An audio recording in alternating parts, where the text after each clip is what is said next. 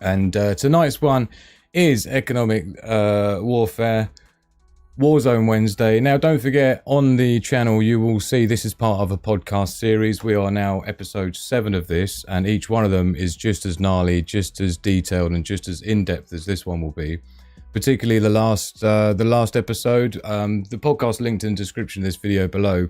But the last episode, we were doing AI and next-gen warfare tactics, and it was an absolute monster to unpack, but it was ram-packed full of stuff. So these are unmissable kind of presentations that I do, and this is another one to go along with that. So we're going to steam through. As I say, if anyone is supporting the show, then we'll recognise you as we go. But thank you to each and every one of you for being here with me. So before we bang immediately through into it, we will just acknowledge a few of the peeps that are in the chat, and don't forget we also have a live poll rocking tonight, so please do get involved with that. Now, over on the Discord server, of which is linked in the description below, completely free as per usual by me, this is an absolute wealth and of knowledge base for survival prepping. This has been building for nearly, well, more than 3 years now. So the amount of wealth of information there you can imagine. But great place to get joined up, because the announcements, people always get them. This is what I post before we go live, so you don't miss a show.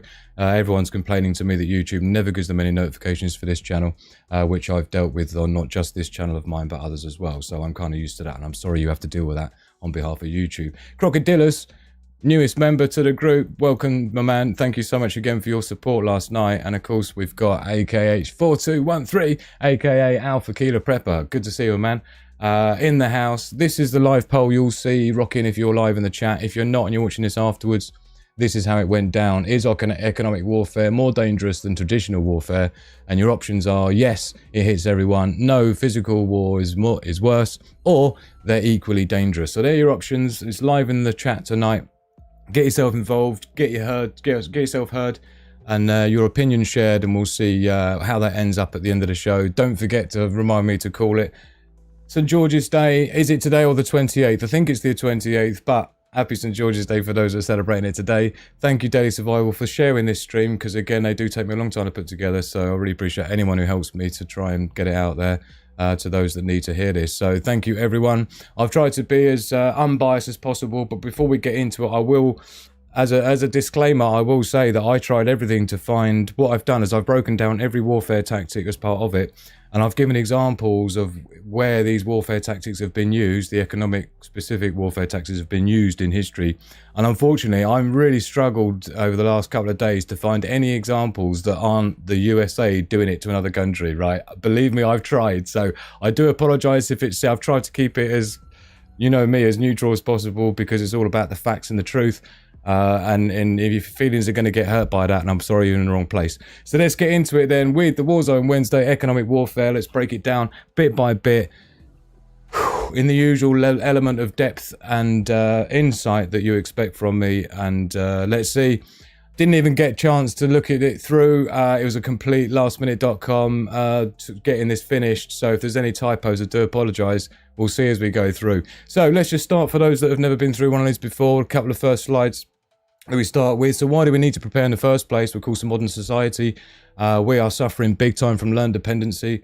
Compared to our ancestors 100 years ago, who knew how to rear chickens, grow, and feed goat and milk goats and stuff like that, right? No one's got a clue anymore. So many people are reliant on technology, and the JIT system, for example, we saw that in 2020, how fragile that is, the just-in-time supply chain. And this is some of the things that are being hit right now with the economic warfare. So we're going to be busting that down. We've got higher population density. We've got critically reliant on tech. We've got poverty and crime on the rise. It's just an absolute recipe for disaster, right? So this is more important than ever that we get prepared for what's coming. And so in terms of why you should listen to me, if you haven't been following me for many years, and obviously I'm no one to you, but yeah, I've been around a lot, been in a lot of shows, been a guest on many live shows since like 2007 onwards, talking about this kind of stuff. So just bear with me. If you disagree with anything, that's cool. We can talk about it. We will be having an after party after the show for the VIP Patreon members on Discord. It won't be a super long one. Sometimes I go through till 6 in the morning. We'll have a couple of hours or an hour or something after the show on Discord with the VIP Patreon members.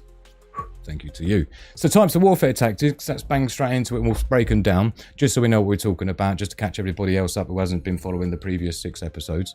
So conventional warfare tactics, 4th generation warfare tactics, 5th generation, and 6th generation is next gen. So this is what they're called, and this is how we break it down to identify what fits into what. So conventional warfare tactics, of course, we've been through this a few times for those that have followed these Warzone Wednesdays, so I'll just gloss through some of these. But this is essentially how we break it down. State-led military conflict involving direct engagements, the typical sort of stuff with, you know, tanks, artillery, ships, aircraft and missiles, the stuff you'd expect to see, right? The rules of engagement are very much governed by international agreements, you know, such as the Geneva Conventions, the United Nations have a lot to say about stuff as well, and so on. So these are the list of sort of things we expect to see as part of a conventional warfare strategy. And to be honest, we don't really see this anymore as a first strike, because it's just, you know, gone are the days of declaring war on someone because of things like the mutually assured destruction treaties and stuff like that. You're not going to be calling your fellow king out onto the battlefield for a fight with your mates, right, and your horses. This is just not like that anymore. So it's all about covert, and this is where things like 4th generation, 5th generation warfare tactics come in very different. This is more unconventional stuff like they started to see in Afghanistan and Iraq with IEDs and stuff. It was very much, you know, people aren't wearing uniforms. They're like, you don't know if you're fighting against factions or a country or a gang or a, do you know what I mean, terrorist group. It's very, very tricky and very difficult because, of course, they're not governed by any of those usual type of normal warfare things that keep things civil.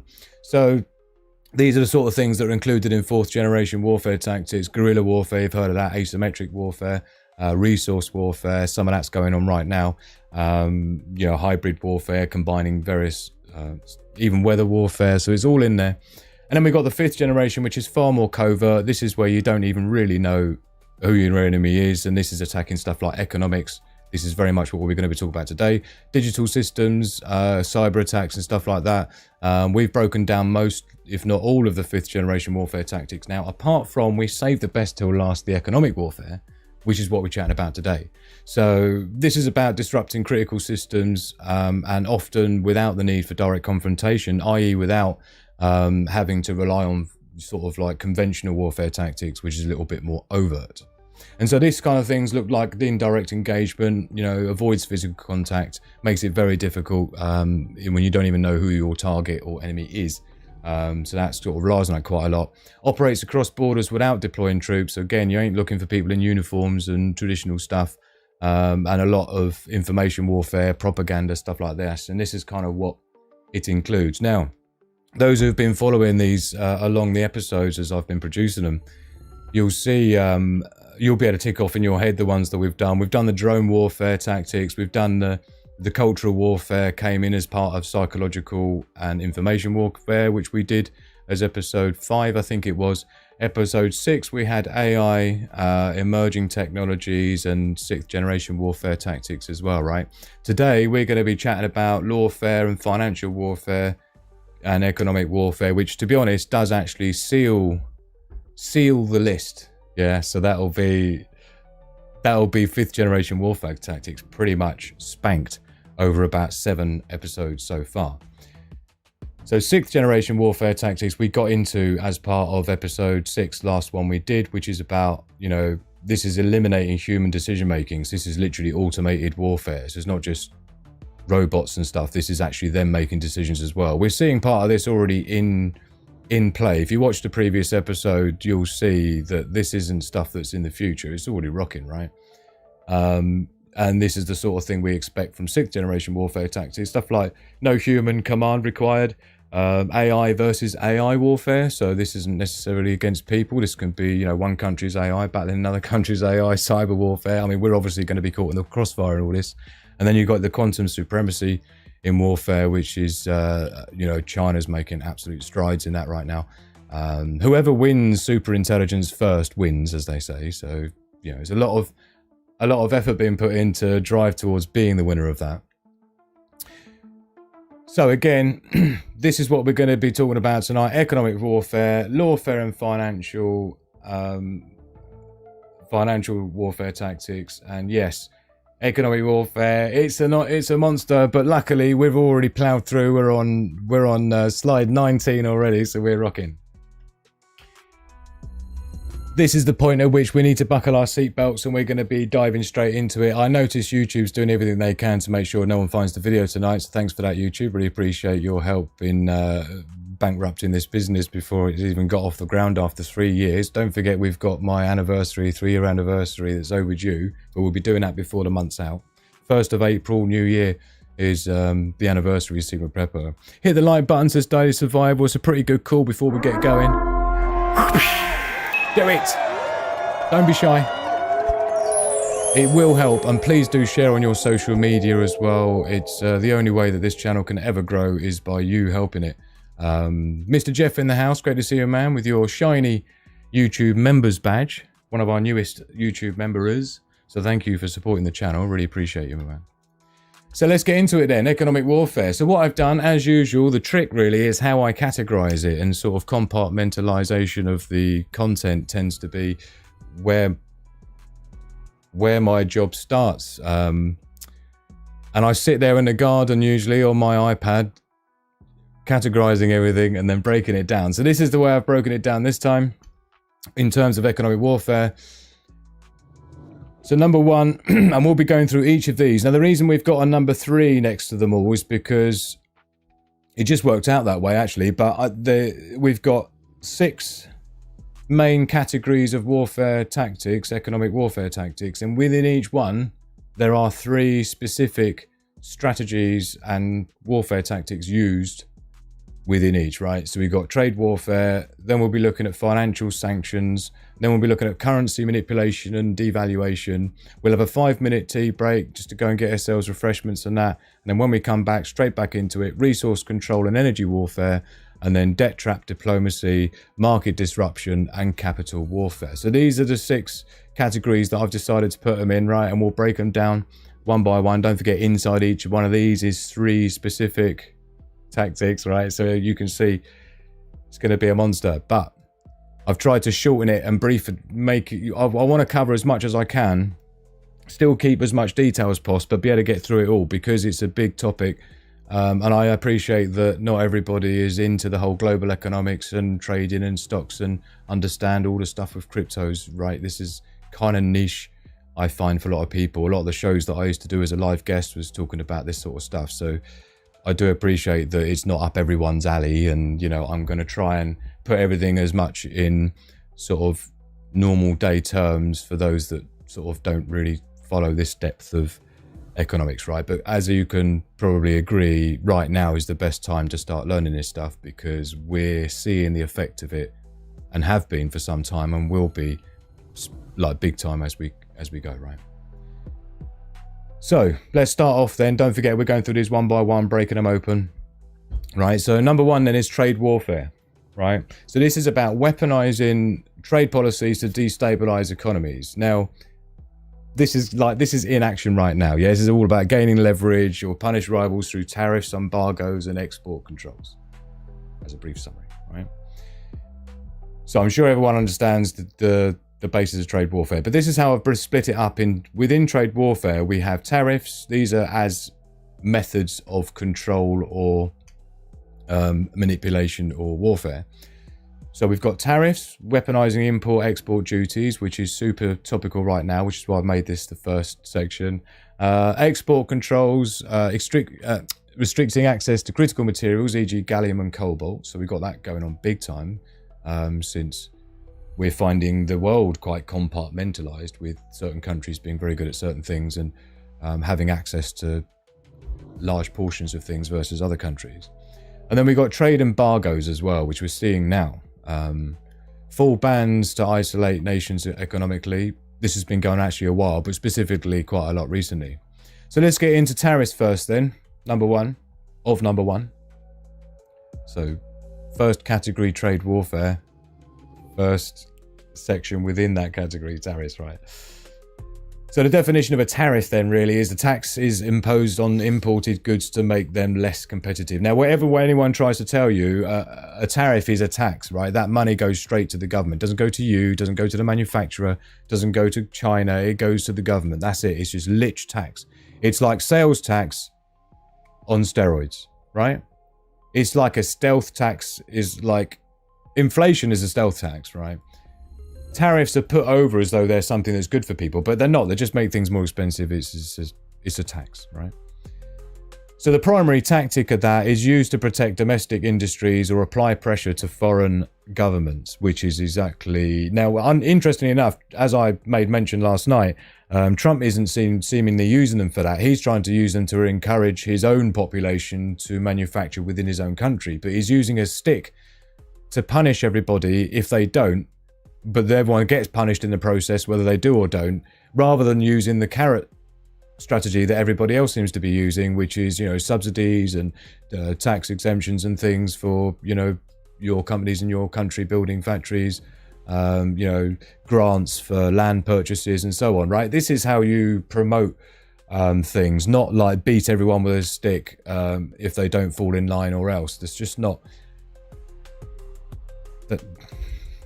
So, examples of tariffs then. Oh, look at Sandy in the house. The entire show tonight is sponsored by Sandy. Thank you very much, my darling. I won't... Really appreciate you. Happy Tuesday to you, my darling. And it was exactly at 22 minutes past 22. So thank you, Sandy. I really appreciate you supporting my work. So, US under Trump and Biden. So this was Biden as well. I will tell you just quickly, though. I was never a fan of Biden, but at least the tariffs that he had on China and other countries were specific and targeted, right? They weren't just saying, right, every country's getting tariffed or else. Yeah, it was like specific things designed to do specific things to benefit the US economy, right? So this has been going on a long time. It's not just recent, yeah? So impose sweeping tariffs on China, Europe, Mexico, Canada, and even ally nations under national security justifications. This isn't just China, don't forget. This is the whole world that's being beaten with this stick right now by the USA. So China's response, rather than escalating emotionally, China strategically imposed reciprocal tariffs while maintaining diplomatic composure.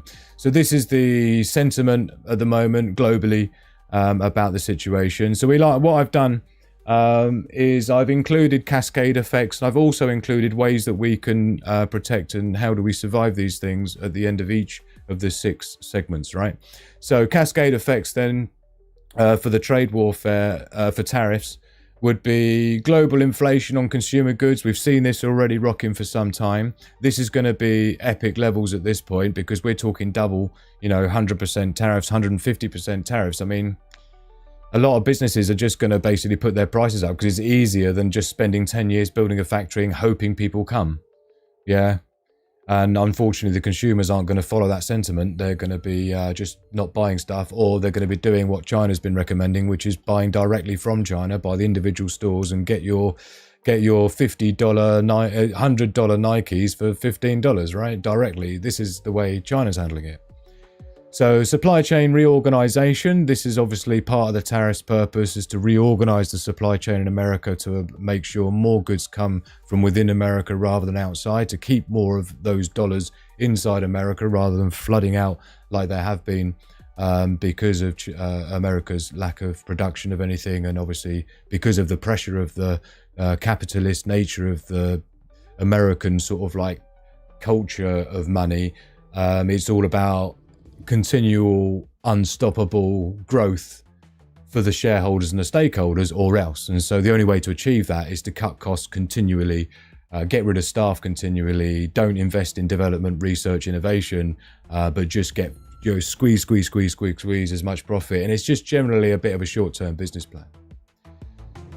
Retaliatory trade blocks is another method for tariffs being used. If trades are blocked on one side, they can just add tariffs on the other. A trade war is the only war where both sides shoot their own feet. There are no winners in a trade war, right? Certainly not the consumers, because they just end up spending more money, giving the government more money for everything that they buy, That's just more money in the government's pocket and less money in the people's pocket overall. So there's, like I say, it's just a tax. That is it. It is just a tax on you. It's got nothing to do with punishing China. It's got nothing to do with punishing Europe or Canada or Mexico. It's punishing you as an American, right? But it's not just you, because these are being applied to everyone around the world. So it's affecting everyone. This is like, how do you become the least popular person in the whole world by every consumer around the world who is now going to be spending more than they were before? Because, do you see? It's a really, really bold move, man. It's amazing. It's amazing. So, next part of the trade warfare is the export controls. This is another tactic used within the trade warfare category. So the definition of that is restrictions on selling critical goods or technologies to foreign countries.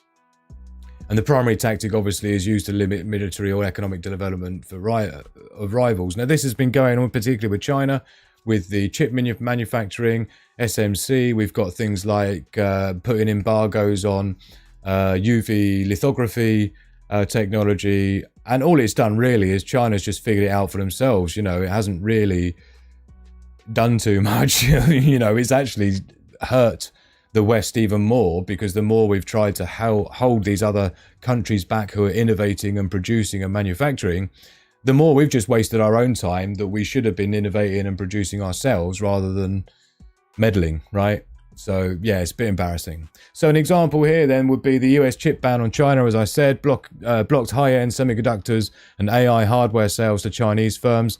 Obviously didn't work though, did it? I mean, everybody heard of the DeepSeek thing where, you know, even ChatGPT couldn't figure out how they had built what they'd built. It was a super, super hardcore innovation, and China just made it so cheaply and so effective, and just destroyed the stock price overnight of ChatGPT as a result. And the fact that then Sam Altman comes out trying to claim that China copied them, it's like, oh my goodness gracious me. Anyone who knows anything about AI knows that's just not how it works. There's a reason why they call it the black box of AI. You can't look in that black box. How can you copy it? It doesn't work like that.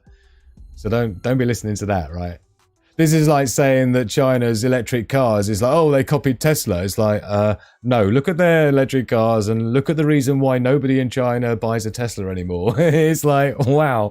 So the other example I got here is China's counter, you know, imposing export restrictions on gallium and germanium, which is essential for US military and the tech industries. I mean, I don't even know what they're thinking here. I honestly don't know what they're thinking. It is absolutely ludicrous. For anyone who knows anything about anything, it is ludicrous. So the cascade effects of export controls then end up being disruption in global tech production, which we are already seeing. Things like 30 ships being turned around that had left Chinese ports with tech headed for Europe and America. Headed for America and I think was it Canada, and they've turned those boats around. Yeah, literally turned them around. So you ain't getting your iPhones this year, basically, right? It's already happening. Despite Trump putting a 90-day, now he's tried to pull it back by making exclusions on certain tech. It's like, oh, that's convenient, right? So, well, we're not gonna do the iPhones. We're not gonna do all the other stuff that everyone actually buys and is made in China. It's like, no, it doesn't work like that. And so this is. So yeah, resource nationalization, rebirth of domestic industries in sanctioned countries, and this is essentially what has happened. This is what I'm highlighting here with the China thing, right? You know, you're just creating a rebirth of domestic industries, or not even a rebirth. This is just a birth in China. The method that Trump's using now isn't going to spawn a rebirth of manufacturing in America, is by any means, and it doesn't make sense anyway, because it's not going to create jobs, because good manufacturing is all about automation. The more automation, the better the automation, the better the manufacturing, the cheaper it is and the better quality. So there are no people. So I don't know who these jobs are going to be for exactly. I'll do a separate show where I'll tell you my true theory about what's really going on, which is, I did touch on the beginnings of it last night, but not really the things that I wanted to explain. So the US relies on China for over 80% of rare earth processing. This is despite sanctioning them. So, I mean, who would do that? Who would do that? Yeah, 80%. Yeah. US relies on China for 80%. There is no way America fights the war without China. It doesn't happen. It's impossible.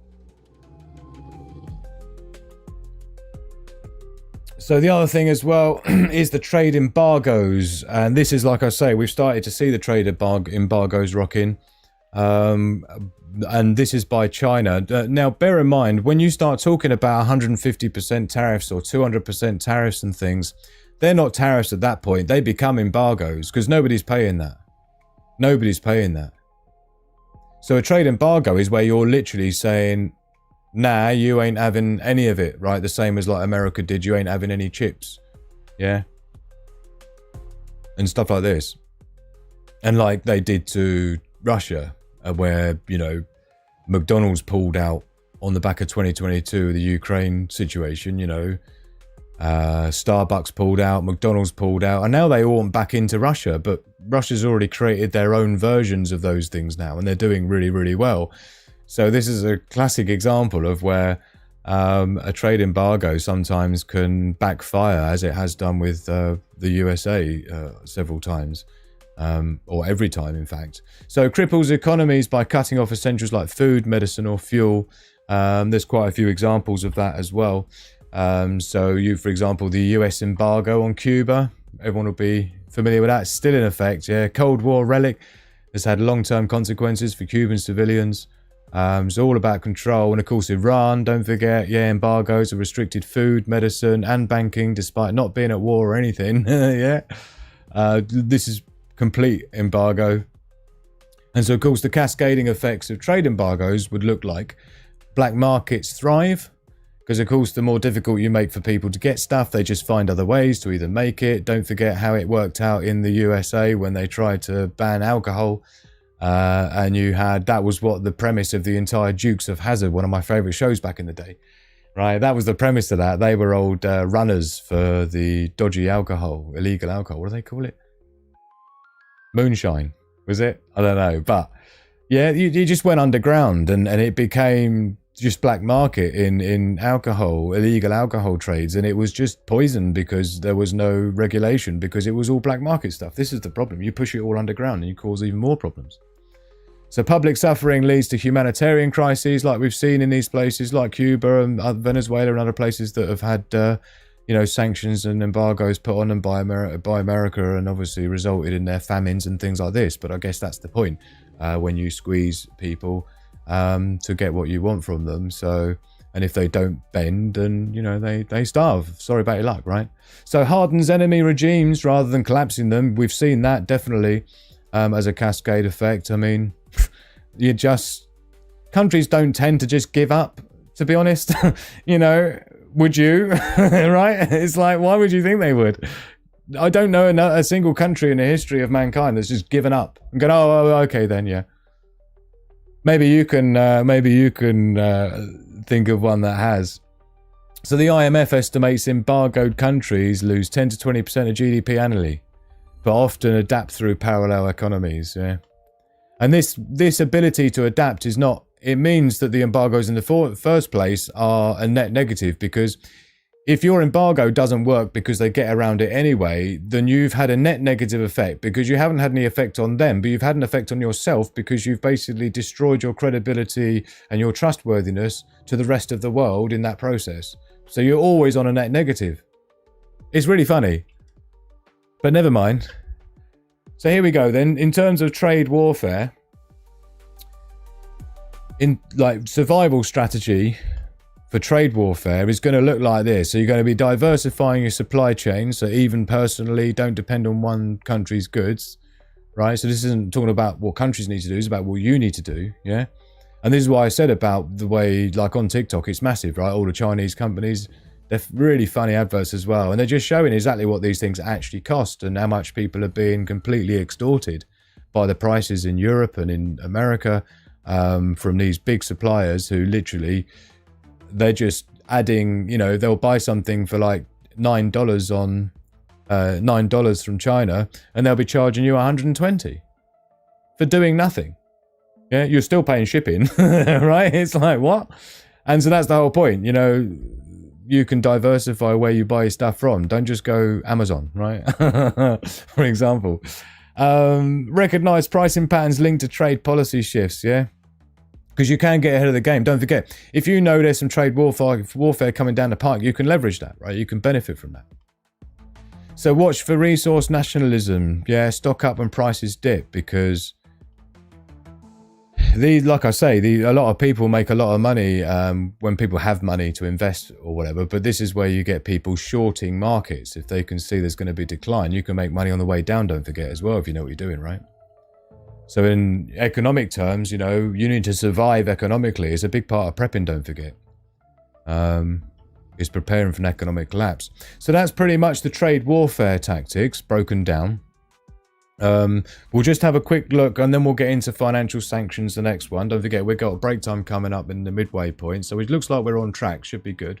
So let's just see what people have got to say in the house. Thank you very much to Sandy, our super chatterer. I really appreciate you appreciating my efforts. So let's just see what people have been saying. Here's Sandy's super chat. Happy Tuesday, Batman. Thank you, my darling. Let me give you a like on that one. And thank you to everyone for giving Sandy some flex. Let's have a look. China would love had its own UAP vehicle recovery program as well for the AI. Good to see you, Amphi. Carolyn Rose, lovely to see you, my darling. When I worked in manufacturing back in the day, trying to procure chips back then was difficult to source. Retrofitting was practically impossible with older models. Local preppers saying other producers of gallium include Japan, South Korea and Russia, while Canada and Belgium are significant producers of gallium. Someone needs to look that up because that's not the case. 80%. You ain't buying anything from Japan. You ain't buying anything from Japan's embargoed America, and you're also not buying anything from Russia. They're not selling you even any titanium at the moment. It's tricky, man. You ain't replacing these people that easily, I'm afraid.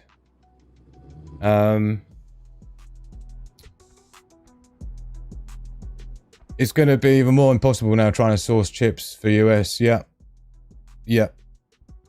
Especially because a lot of it's made there. There's a lot of semiconductors made in, 18 new semiconductor fabs are expected to start construction. Bear in mind, a semiconductor fabrication plant takes about 25 years to build, if you didn't realise that, local prepper. 25 years. Yeah, look it up.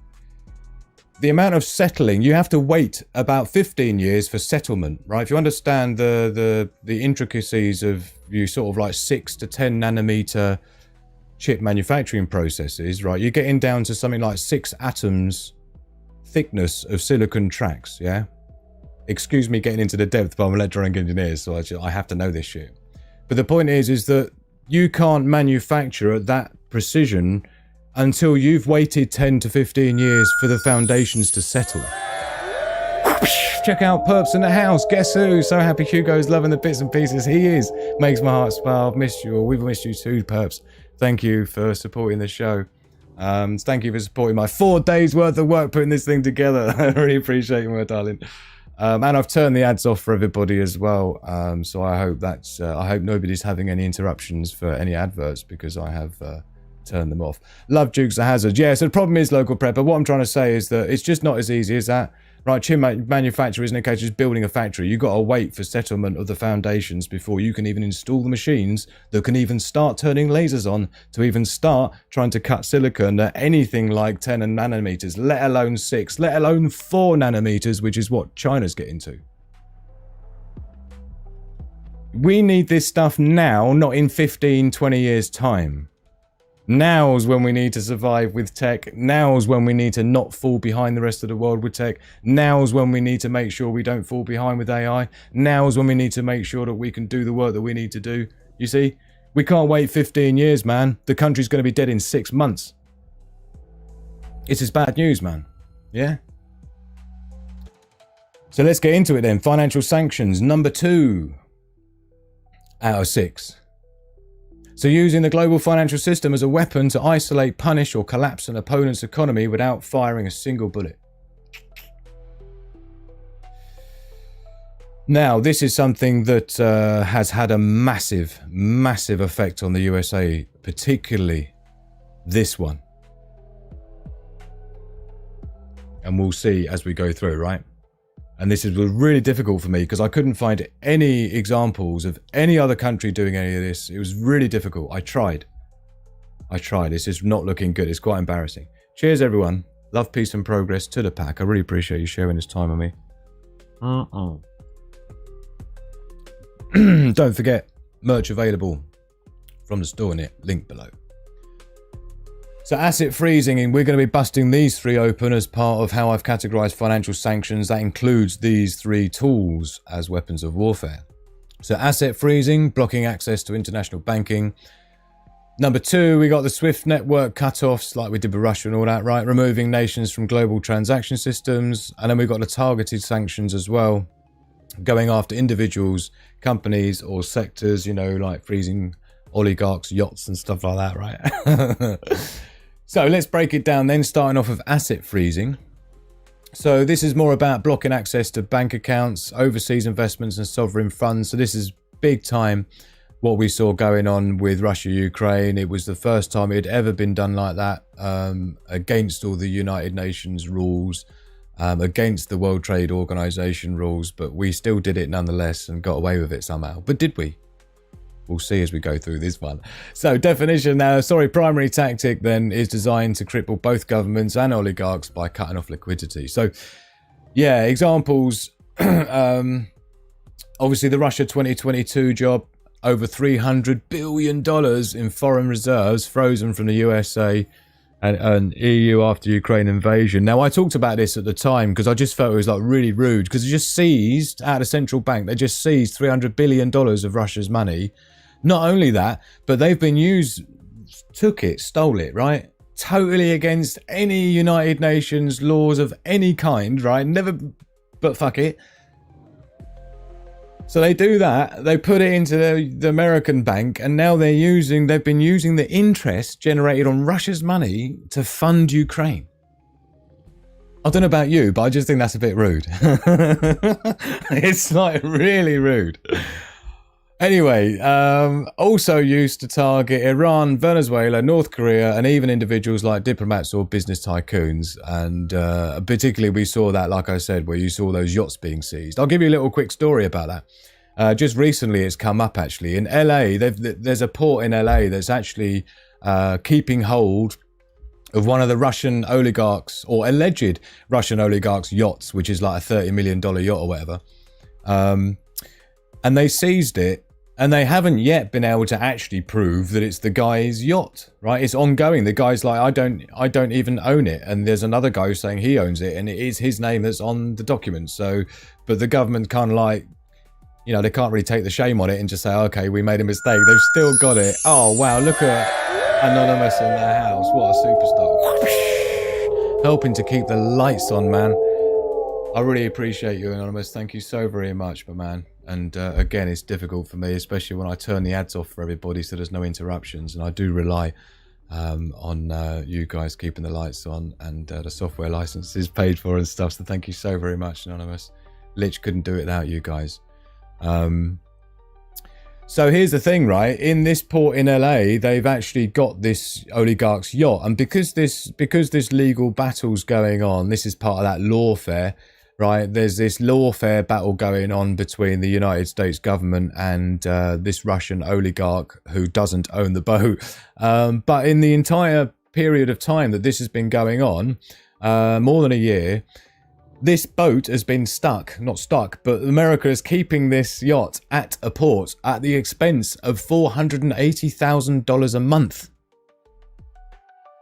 Right, and they broke down the costs of what the LA government is having to, the state is having to pay out because they have to keep it serviced, they've got to keep the lights on, they've got to keep it staffed, they've got to keep it clean, they've got to keep it fueled, they've got to keep the aircon running, they've got to keep the pumps running, right? They've got to pay the mooring. I think the mooring fees were $180,000 a month. It's like, what? Oh, who does this stuff, right? I mean, who wants to be paying $500,000 a month to keep hold of someone's yacht that you shouldn't have anyway? It's just like, how are you winning? How are you winning? Anyway, cascade effects. Loss of public trust in the dollar and global banking systems. This is what I'm saying. It always backfires, man. Right? This was the biggest mistake that was ever made by the United States, because this is where the BRICS nations ended up having 74 countries applying to become members. Overnight was when America froze the assets of the oligarchs and the $300 billion in the central bank and just took it. And in addition to all the sanctions and stuff like that of other things, and as well as all the, I mean, there was more people fled the dollar than ever before in history combined, if you look at the numbers, on that one move alone. So did you really win when you're doing stuff like that?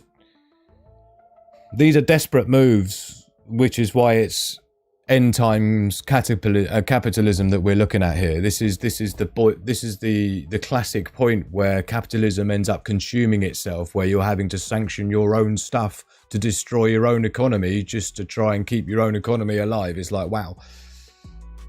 So push toward de-dollarization, alternative systems, BRICS, gold-backed crypto. Again, this is what happened when all the sanctions happened and they started kicking people off the SWIFT system like they do. When I say they, I'm talking about the establishment, the US establishment, but it's not just them, as you know, it's those. And so, but it backfired yet again, because everybody saw that it's risky. The whole point of the reserve currency is it's stable and it's reliable and it's credible. So retaliation by forming isolated financial networks. This is where the BRICS nations got together and they started building their new financial system, which we'll get into as part of this show. So after Russia's reserves were frozen, over 40 countries began reducing US dollar holdings, fearing the weaponization of their own savings. Yeah, as I said, this is the effect it had. It didn't do anything to Russia. Russia's GDP is higher than Europe's and higher than America's.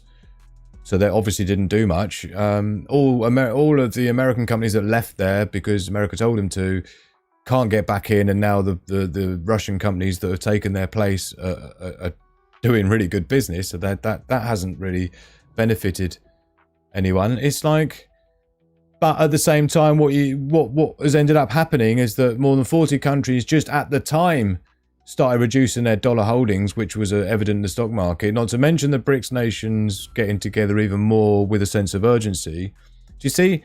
So this is why these are all very, very desperate moves, because they're not thought through, because they all have quite obvious repercussions, which just make your situation far worse. And so it's a bit of a weird one.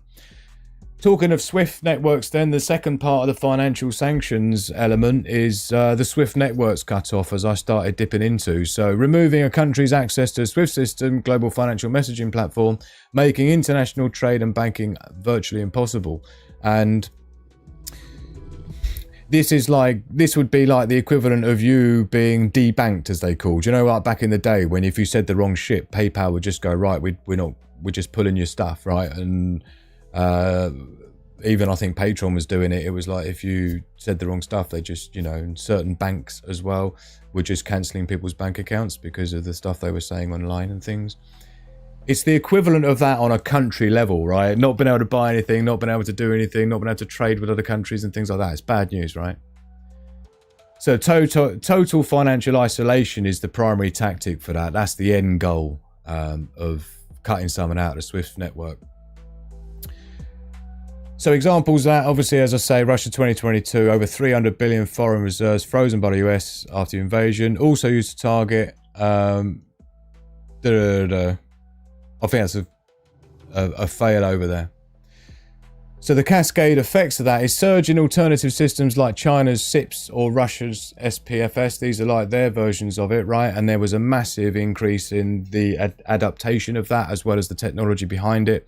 I did do a whole show describing every part of let's just say why so many countries were fleeing to it, and rightfully so.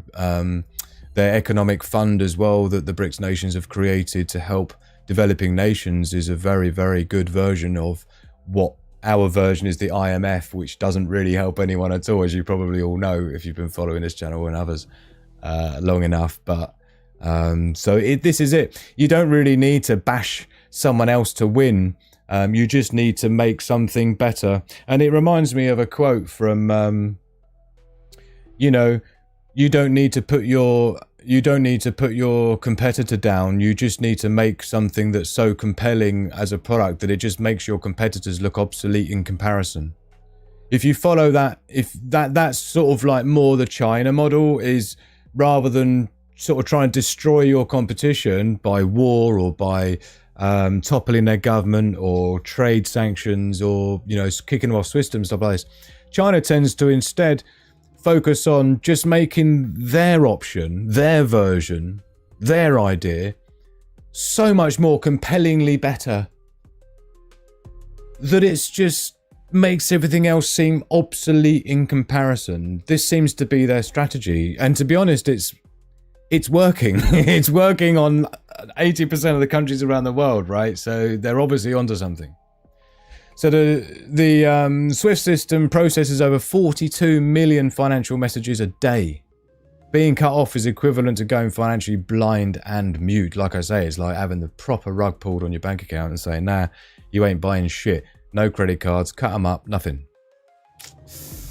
Oh man, so the third and final part of the financial sanctions warfare tactics is the targeted sanctions. So this is more precision sanctions, right? This is things like specific industries, companies, or resources and things like that, yeah?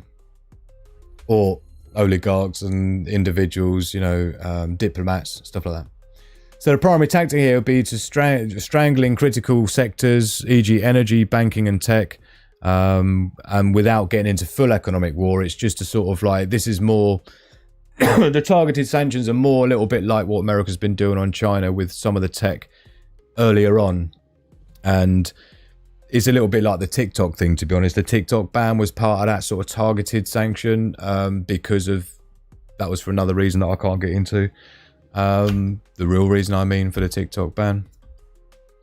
So some examples of targeted sanctions would look like Huawei, which is just classic, right? Anyone who's actually seen a Huawei, anyone who's spent any time in Asia, as me and Magiand have, when you see the mobile phones they've got there compared to in the West, it just makes iPhones look like a joke, right? No one buys iPhones in China, by the way.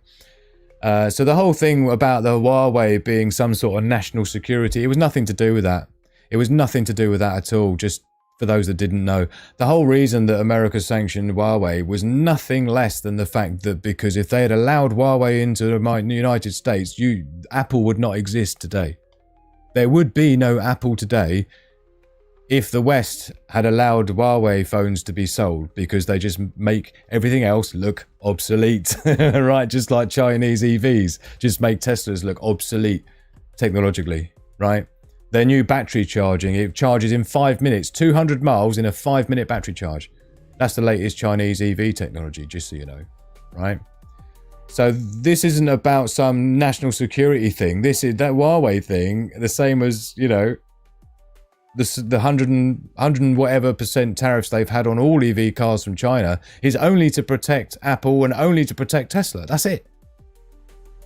It's not because they're spying on you. And to be honest, let's face it, most people agree. They'd rather have China spying on them than their own government. So who gives a fuck? Nord Stream 2, and that's the other reason as well, because it means that America can't spy on you if you've got a Huawei, right? Nord Stream 2, everyone knows about that. Sanctions on companies involved in construction before it even got going. They did everything they could to stop Russia even building that thing, and they still got it done. There's a latter economic warfare tactic that includes the destruction of Nord Stream 2 as well. Don't worry, it's coming up. So oligarch crackdowns, of course, the yachts seized, as I mentioned, assets frozen, travel banned. You know, a lot of people had visas denied and things for no reason. Well, not no reason, but as in, you know, no legitimate reason, should I say. Cheers, everyone. We're doing all right. We've got one more to get through and then we'll be having our break. So I hope you're following along okay and it's not too boring for you all. I hope you're all learning a little bit, something new at least, to break it down for you. So cascade of effects then for targeted sanctions, collateral damage to neutral countries and companies, This is like Germany, for example, whose gas prices are having to buy their gas from other places. The same as Europe were forced to have to buy their gas, so it meant that everybody is paying the price, and they always, in the UK, try to blame Russia for every price hike in the UK. And it's like, well, they didn't decide any of this shit. Do you know what I mean? It's like, reinforces anti-Western sentiment. Again, it just doesn't end well for us, because all of these things we're doing, that whether they work or not doesn't matter, because it still just reinforces the anti-Western sentiment that's out there. Yeah, we're just embarrassing ourselves even more at this point, and it's, rather than just being graceful about our demise, it's like, no, we have to get into a complete, you know, trash the party and throw the tables over because we're not winning kind of shit. It's just a bit like babyish, you know what I mean? It's not Sigma Prepper style, put it that way. Targets often find ways around it through shell companies or proxy networks. So again, it's pretty limited in its effectiveness anyway. And don't forget, when you're sanctioning people, we've just seen this as the example I gave you with this oligarch's yacht, alleged oligarch's yacht sitting in the LA port right now, that the American government's having to pay nearly $500,000 a month just to keep it there until they figure out whose it is. Because this is it, you can wrap your ownership up into all sorts of layers of LLCs and offshore companies and trusts that own the offshore companies that are silent board members of the trust that own it. It's pathetic. This is big boys games we're playing here, yeah? So, financial sanctions then. Overall survival strategy is going to be looking like understanding how sanctions ripple out. So they rarely affect just the target nation, right? This is what I was saying about the sanctions on Russia affected Germany, Europe as a whole, Britain, and I'm sure America in many ways. Watch financial news for sector-based sanctions. See if fertilizer, gas or grain are affected. Prep for shortages. Learn to operate in alternative systems, crypto literacy, local bartering and offline transaction. I did do an entire show about how to survive an economic collapse. I'll probably do a rebirth of it for this year because it's even more relevant now than I did it maybe 2 years ago, and it went down really well. Everyone loved it. So that wraps up the financial sanctions then. So we'll get through the next one, currency manipulation and devaluation. This is another big thing that's topical and super relevant right now. This is particularly devastating to the US economy itself. What's going on with the currency manipulation and printing, this really does affect everybody negatively, right? So currency manipulation, devaluation, then let's break this one down. So the battlefield of economic warfare isn't just goods and banks, it's the value of money itself. Currency can be weaponized to destabilize rivals, crash economies, and force dependency on global systems. Now, last night I did get into this a little bit when I was explaining about the currency rate of America. The value of the American dollar has gone down so significantly. This is part of where my earning has gone down rather than up, as most people are trying to grow. Mine just goes down all the time because the American dollar, it's now 134 to a pound, whereas it used to be $1.19 to a pound. So now I have to earn $134 before I get £100, rather than only have to earn $112 or $119 like it used to be to earn £100. Do you see? So this is an example of currency manipulation and devaluation, right? So printing inflation, so expansion as a weapon, right? So I described that yesterday, talking about how if you can devalue your currency, the debt that you owe therefore becomes less relative terms. So destroying purchasing power via monetary expansion. But again, it's just a stealth tax. Don't forget inflation. It's just where, you know, money printing happens and you're just creating an increased supply of the dollar, and supply and demand dictates that the more supply of something you have, the less value it has. And America's fortunate in as much as it can export much of its inflation to the rest of the world, since 92% of all dollars are held outside of the United States. So when they print more money, America spends it first when it's new, and then by the time it filters out to the rest of the world that have the dollars, that value has gone down significantly. So it's a stealth tax on every country that's holding US dollars as well. Don't forget, if you're holding US dollars as a reserve currency and you've got like $1 billion in your bank account, every time America prints money, It's not just about it affecting American citizens and American inflation. It affects the perspective, the perception of all the government leaders, the countries, the world leaders around the world looking at it, knowing that that $1 billion that I've got in my bank account as my country's reserves has just gone down in value. Now that's only actually worth about like 900 million. I've just lost $100 million in a day because America just printed a couple of trillion out of the blue. Do you see? So this is where things have started breaking down more. You can't just print money out of thin air without there being, you know, even if, as I say in this example, even if you're fortunate enough to export your inflation to the rest of the world like America does because it's the world reserve currency, you're still not getting away with it, right? So exchange rate tampering, artificially lowering currency for trade advantage. This is often what America accuses China of doing, you know, devaluing their yuan against the dollar to make their stuff appear cheaper to you and me holding dollars and pounds. So currency wars, competitive devaluations to gain global market share. So let's get into this one then, starting off with printing inflation. So everyone knows what that is. Deliberately overprinting currency to cause inflation in rival economies, devalue debt, or to create dependency on stronger currencies, right? It's pretty self-explanatory, but you would wonder why you'd want to deliberately overprint your own currency. But like I say, it's because you can devalue your currency, meaning if that $37 trillion that America owes becomes sort of less to pay back in relative terms, which is why gold, the price of gold and crypto isn't going up massively. It's just the value of the dollars coming down. You see, this is why it appears as though gold's going up. So it's like $3,500 and it was $3,000 before these tariffs started. But it's just because the dollar's devalued by that same amount. So it's just you need $500 more of dollars to get the same amount of gold now, right? This is what's kind of really happening. So weaponizing the dollar by flooding the world with it, then raising interest rates to yank it back. So this is again what we've seen. This is why Trump wants to raise the rates, because then it destroys everyone else who's holding it. And then you're kind of like, you know, you're kind of penalizing every country that's holding the dollars. And this is why, again, yet again, it's really hurting the US dollar, because more countries are pulling away from it and selling off their dollars, selling their treasury bonds, getting out of the dollar completely. And this is not what America wants to see. This is the problem America's got, is that people are doing that. And because they don't have any industry left themselves to generate money from, the money was only ever generated before from the fact that countries were forced to use the dollar, you see? It's all interconnected.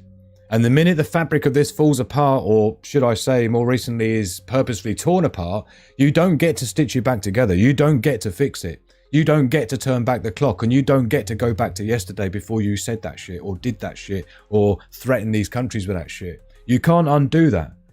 The reputation of the American dollar is damaged. Biden did it. Yeah. Obama did it before that. And Trump's come in and done it again. Every country has had every reason to not be holding dollars anymore.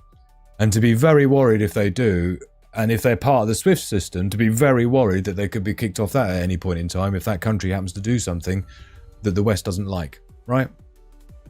So again, these are all backfiring on us. Every time we try and attack the West, the global South or China or Russia, it always ends up backfiring and hurting us more. I just don't know why they haven't learned yet. It's like we're over here playing checkers and they're over there playing chess. It's embarrassing, right? So examples of printing inflation. So of course, US Federal Reserve injected $9 trillion into the global markets post-2020, then hiked rates in 2022, crashing emerging markets with dollar debt. That was the plan. That was a coordinated plan. That wasn't an accident. These are strategies. This is under economic warfare, currency manipulation, devaluation as a warfare strategy, as a tactic, right? So these things don't happen by accident. You don't print $9 trillion into global markets and then you hike the rates. That's only designed to do one thing, if you understand economics, right? It's really mean. which again, yet again, destroys the reputation of the dollar and the federal system. Which would be fine if there was no alternative, but like I said, there are. China's got the BRICS and they've got their new fund and their new system, which is way more advanced than the SWIFT system. It's instant transaction. You ain't waiting 3 fucking days. You ain't paying all the fees you're paying with a SWIFT system. The way the BRICS nations have done it is completely different. It removes all of that nonsense. So it would be okay to try and do that if there was nothing that anyone else could go and use instead. But because there's things that have now already been developed during the Russia thing and all the rest of it, and the sanctions on Russia, and Russia got together with the rest of the BRICS nations and got this shit running. Yet again, they've just made it so that our stuff looks obsolete in comparison. So the result: dozens of developing countries facing currency collapse, flood inflation, and IMF bailouts. Do you understand now? Because anyone knows what the IMF's job really is, you'll understand that that's part of a strategy as well. Yeah? The International Monetary Fund. They only have one job. And it's not nice. It's not helping countries, just to give you a clue. We'll get into it as we go through this, right? So what's the cascade effects of printing inflation then? Global debt crisis, obviously, rising cost of imports in weaker economies, sovereignty erosion through foreign debt control. 60% of all, I mean, we're talking about as in, you know, countries have less control over their own resources because they don't own them, right? Because they've been taken over or overinflated or manipulated through, like I say, the IMF thing, and then you can't pay your debt and it's like, sorry about your luck, we're going to have to take it and own it, right? So 60% of all US dollars ever printed were created after 2020. And now much of it is being sucked out via rate hikes that devastate everyone else. This is like, really is a bad look. You couldn't do any more. This is why this has got to be a purposefully planned collapse of the Western Empire, or the US dollar at least. Because you couldn't do these many things completely opposite wrong as you possibly could if you were trying. It's too stupid to be stupid at this point.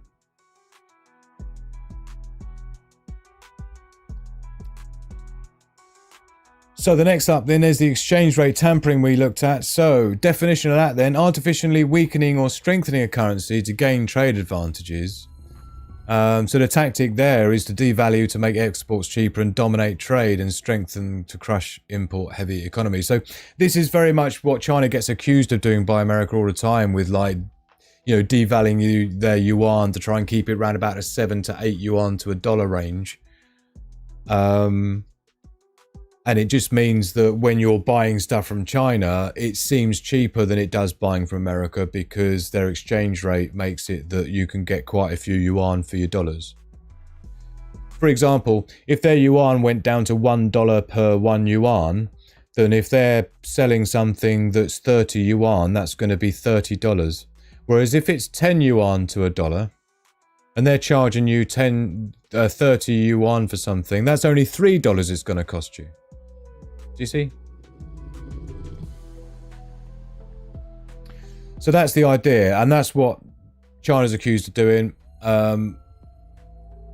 despite there's never been any evidence of that. And in fact, when you look at it, it's remained exactly the same since 2015, virtually a straight line. So I don't quite understand where that accusation comes from, but never mind. So devalue to make exports cheaper, yeah. So here's examples then. China, frequently accused by the US of devaluing yuan, but has mostly kept it stable since 2015, as I just said. So the US simultaneously accused China, Japan, Germany, and Vietnam of currency manipulation, while manipulating through interest rates and market influence themselves. This is like embarrassing. Embarrassing. Oh man, so the cascading effects of exchange rate tampering then lead to triggering tit-for-tat retaliations like we are seeing.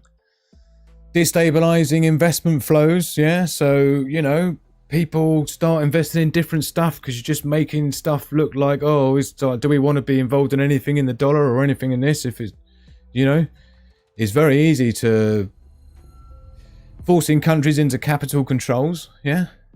Which they've done. Look at Venezuela, look at, you know, The US claims others manipulate currencies, but the IMF has never officially found China guilty. While US interest rate games have caused more global instability than any pegged currency has. Now, I think this is important for everybody to know, because this is what every other country knows. Every other country's leader and most populations around the world know all of this stuff to be the facts and the truth. Which is the only thing we have to care about, right? Not the propaganda, the bullshit information warfare that we get given and fed in little bubbles that they give us in the West to pretend that we're the brilliant and the best in the world. Yeah? And we're the ones that are justified, and we're the ones that are righteous, and we're the ones that are deserved to lead the world and no one else can, right? Once you break out of that bubble, once you break out of that fantasy, once you break out of that bullshit bubble that you've been fed, and you start listening to what every single other one of the 200 plus countries that exist on the planet are saying, it's this, it's that, and it's everything else you've seen in this so far. It's scary stuff, man. It is scary stuff. I don't know what they are doing to us or why they think this is the best way for us to collapse the Western Empire. I just would have thought it'd be much nicer to just get along with it and just pass the baton over gracefully and say, yep, okay, you know, we'll take the shame. We fucked it up. We got greedy. We consumed ourselves for profit, and the corporate globalists who just took all the money and bought their fucking shit and destroyed the middle class. We just got to take the shame. We fucked it up. Yeah, time to hand it over to someone else who's going to do a better job at version 85.0 of financial realm empire on this planet. Very embarrassing. So currency wars and de-dollarization is the third element of currency manipulation, devaluation. Currency wars and de-dollarization. This is really bad news for America and the West as a whole, what's happening here over the last 5 to 10 years. So using currency dominance to force global compliance or to escape it. And sort of primary tactic here, weaponizing the dollar, e.g. through sanctions to pressure countries into submission, while rivals build alternatives to escape the dollar's grip.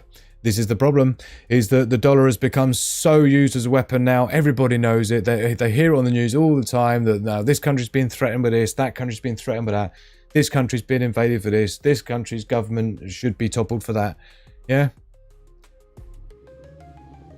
And this is the problem. This is why China doesn't want to be the world reserve currency. The whole point of the BRICS nations is to not have a world reserve currency, ironically. So anyone who claims that it's for anything other than that, the whole point is they just want to be able to trade in their own currencies as they see fit. Which I think is fair enough. I don't think everybody should have to be forced to use the dollar for their trades, or else.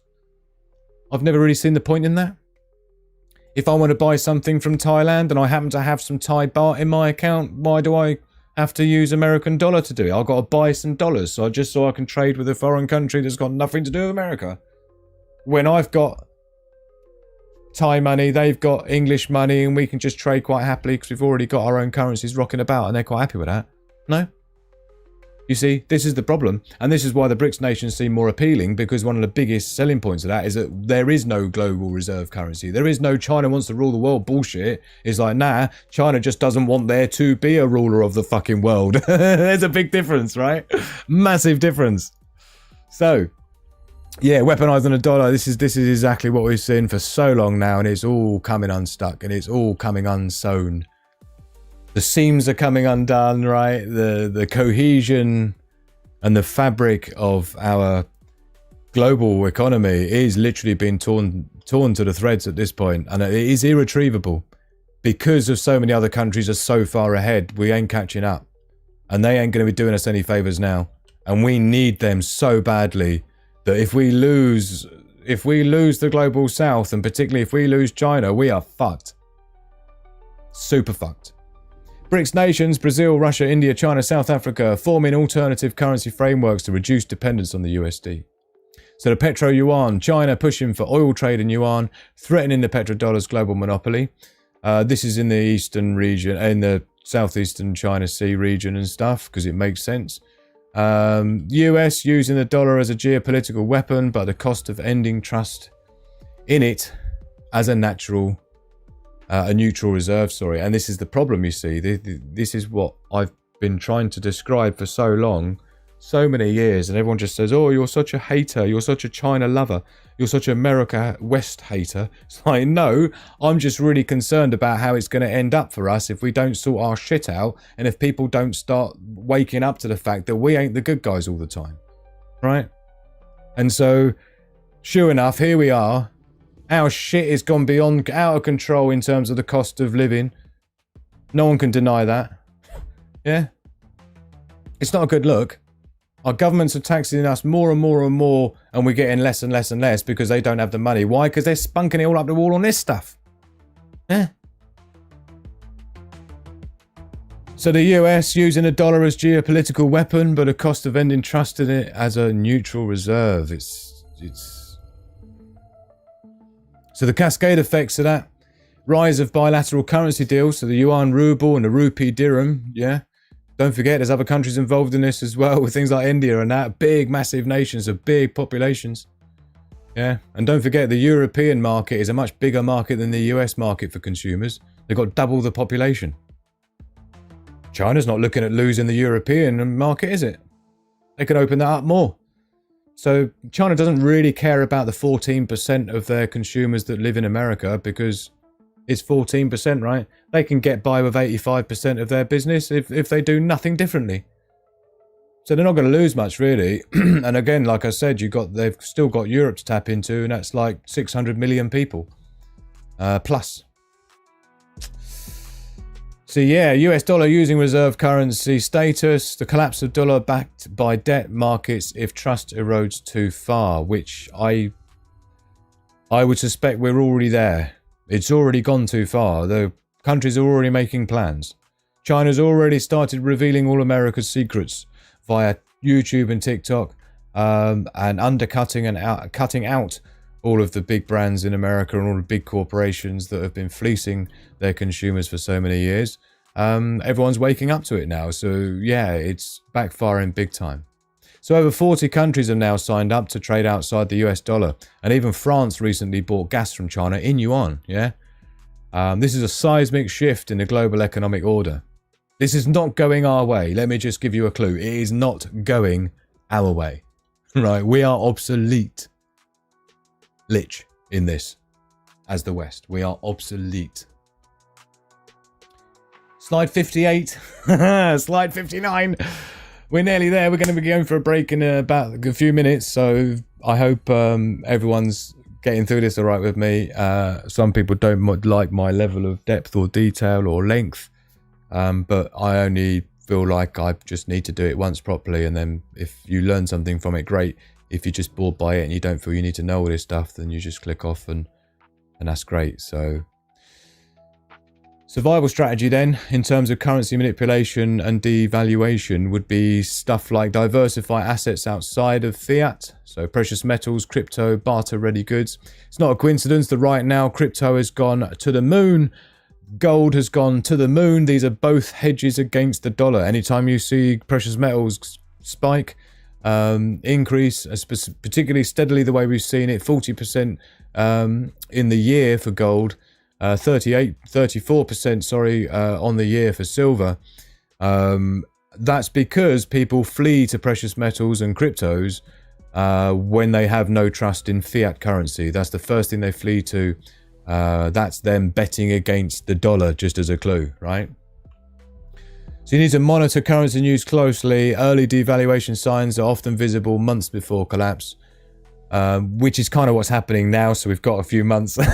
Understand how rate hikes in the US can affect local economies and adjust spending, investment accordingly. There's going to be more on this as we get through to other sections of this. So this wraps up the currency manipulation and devaluation part then. And of course, it's a lot to get through. We've got these three left to bang through next after our 5-minute break, which we'll be going on. So let's do it. And these are ones we've been through. So we did the trade warfare, the financial sanctions, and the currency manipulation and devaluation warfare tactics as part of the economic warfare.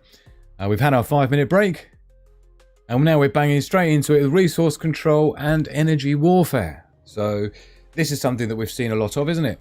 And we're probably going to see a lot more as well. Controlling energy, food, and critical materials gives a nation immersive leverage, immense leverage. Restricting access to these essentials can collapse economies, incite riots, and force geopolitical realignments without firing a single shot. Good stuff. This is exactly why it sits under the 5th generation warfare tactics. 5th gen warfare tactics, because it's all about covert and indirect declaration of war. China and America, just for a heads up, they do actually have an understanding that an economic war is deemed to be, between Russia and China, is deemed to be a declaration of war. I don't know if you knew that. That's part of their mutually assured destruction treaty. There's also other things in there, which is like, as the US economy, America with any country treats that as an act of war. It's in the US, not constitution, but it's in their things that say that they can mess you up, right? So resource control and energy warfare, then this is what we're into. Oil and gas sanctions, seen loads of that, restricting access or supply of energy. Commodity hoarding, controlling rare earth elements or food exports. Energy infrastructure attacks, which is basically cyber or physical attacks on energy systems. Now, energy is massive, as you know, because it drives economies, it drives growth, it drives GDP. And as I mentioned last night in my little rant about Trump's lack of using carrots and only using sticks to encourage back into America. Like Britain's a classic one where we've completely done ourselves out of, sorry, the internet's doing its thing again. Well, it's not my internet, it's fine. I've just done a check on it, so it's something that YouTube's doing. Maybe it's because I was telling you about what YouTube's been doing to hold the channel back and not doing notifications and removing subscribers and that. Might be because of that. We'll see. Internet. I do apologise, everyone. So oil and gas sanctions, restricting assets. What I was trying to say is that, as I was explaining last night, with the way that the UK has completely destroyed in a nihilistic way its own economy by having the most expensive energy virtually on the planet, I think now, in the UK, which is why I make a joke about, you know, those of you that are supporting the channel, because I turn the ads off so you don't have any interruptions, apart from that one there that YouTube threw in because of the bandwidth on it, which is ironic. It's like, yeah, in the UK, they're completely destroying their economy because it's the most expensive energy, which is why I joke about helping me keep the lights on, right? Because our energy bill is just ludicrous. And it's a problem because to get into cryptos that a lot of countries are doing, their governments are doing, we can't do that because the energy is too expensive. So you're going to be spending money, not making money. The same with AI development and innovation. We don't get a dog in the race with that because, sorry, I've just realized why YouTube just did that, because YouTube tries to keep this channel below 50 people. The minute there's a big influx of people, it does anything it can to chop them off. And I realize now why it just did what it did with the bandwidth thing. It's got it back down to 36 now. Thanks, YouTube. So we're kind of doing ourselves out of it because AI is really energy hungry as well, in terms of development and innovation, and manufacturing, of course, is super important to have cheap energy. And so if you can start removing countries' energy or destroying it or disrupting it or overpricing it, then you can have devastating impact on their economy. So oil and gas, like as was seen with Germany, for example, when, you know, Nord Stream, we did what we did to Nord Stream, and obviously that meant that Germany then had to get their gas from America at twice the price, and their entire country economy fell ludicrously as a result of that, and they're not even the ones at war, interestingly, but never mind. So oil and gas sanctions then, restricting access to energy exports or infrastructure to weaken an enemy's economy, i.e. blowing up pipelines, cripples energy dependent nations, forces price surges globally. Again, that's exactly what we saw. So examples of that: US sanctions on Iran and Venezuela drove both countries into economic spirals and regional instability. We've got Russian gas to Europe, Nord Stream. Germany's lifeline cut, as I said, first voluntarily, then literally blown up, right? Because don't forget, America forced Germany to not buy gas from Russia before they actually blew the pipeline up. Yeah. So China's strategy invested billions into energy infrastructure in Africa, Latin America, and the Middle East without bombs or sanctions, don't forget. They just did good deals. They built roads, schools, bridges, ports, free. Yeah, didn't charge them any money for it. And then, you know, a few years later, asked if they could come and bring some of their oil companies there to mine the resources and give them a fair cut of their profits. And of course they said yeah, because now they've got the infrastructure. They installed telecommunications that they didn't have in many of those African countries, to allow obviously the operations to take place and employing the local people there. I mean, it's just stark contrast, right? And I can tell you, I can give you a clue as to which method is working best, right? So the cascade effects then of oil and gas sanctions are things like skyrocketing fuel prices, just like we've had in the UK, just like they've had in Europe, and as you've had as well, when it went up to like $8 a gallon, $12 a gallon in some cases, not that long ago. You got industrial slowdown or collapse, because of course, as I said, if you restrict energy, you're restricting development, you're restricting manufacturing. You know, the amount of energy it takes to melt, you know, to melt metal, to make steel girders, and things like this is an incredible amount of energy you need. So, you know, you're going to be completely slowing down any industrial output from that. There goes your GDP and growth and everything else, and prosperity, jobs, recession, inflation, you name it. It's not good. Look, energy rationing and blackouts. It's one of the things we prepare for, isn't it? With our solar power backup systems and, you know, try and rely, you know, create a lifestyle where we don't have to rely so much on these things in case they're not there in one point in time. So Germany had 55% of its natural gas from Russia, cutting it off, halved their industrial output within months. Halved it. Yeah, look it up, man. When you do the numbers, that's amazing, right? Halving the output of your industrial, which you rely on to feed your population with the money coming in from that. Imagine halving that just because of what we made them do to themselves. Oh God, it's painful. Definition then of, oh, so next up is the commodity and rare earth weaponization. Man, we're seeing this right now. So the definition then, using control over rare materials, food or manufacturing materials to pressure or punish rivals. I mean, really, China, to a degree, is in the position to do this because, of course, they own 90% of all of the rare earth material processing on the planet for everyone, not just America. So you don't really want to mess with them because they've really got that shit figured out, and they've been getting that shit figured out for a long time, and it would take an awfully long time, much longer, for the West to figure out how they figured it out. You see, they're doing things extremely quick. I gave the example last night, don't forget, of like fire trucks, just as a random example, right? With the LA fires, they just didn't have enough fire trucks, and the reason being is because it takes America 4 years to build one fire truck, and one fire truck costs $2 million. $2 million for a fire truck, and it takes them 4 years to build one. Well, in China, their fire trucks are bigger, heavier load that they can carry, faster, more tech advanced, the ladders can go higher and so on. They're $480,000 each, not 2 million, 480,000, and they can build them in 43 days for you. Not 4 years, 43 days. The same as in the last 10 years, China's built more high-speed rail link than America has in its history of being America. Yeah, just in the last 10 years. So the thing about China is they're not just good at stuff, they're fast at being good at stuff. Yeah, there's a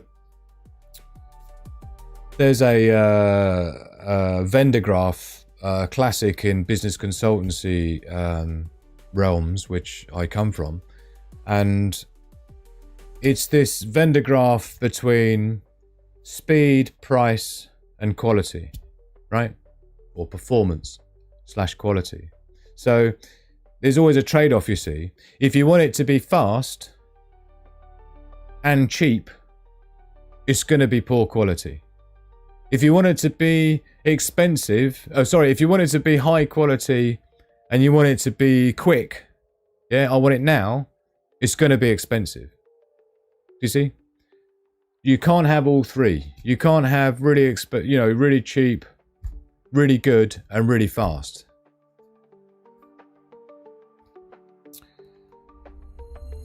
So, starve industries of essential inputs. Tech, defense, agriculture. This is a really effective warfare tactic, as you can imagine. So some of the examples of this being used is stuff like China's gallium and germanium restrictions in 2023, which I was just about to make reference to on the slide before. A precision strike against US military tech and chip making, absolutely devastating. And it completely, by day 2, had America groveling on the phone to say, no, we'll go back on our thing. We'll go back on our thing. Please let us have them still. And this is the problem, is that there's no credibility in it, because everybody knows who wins a trade war between America and China.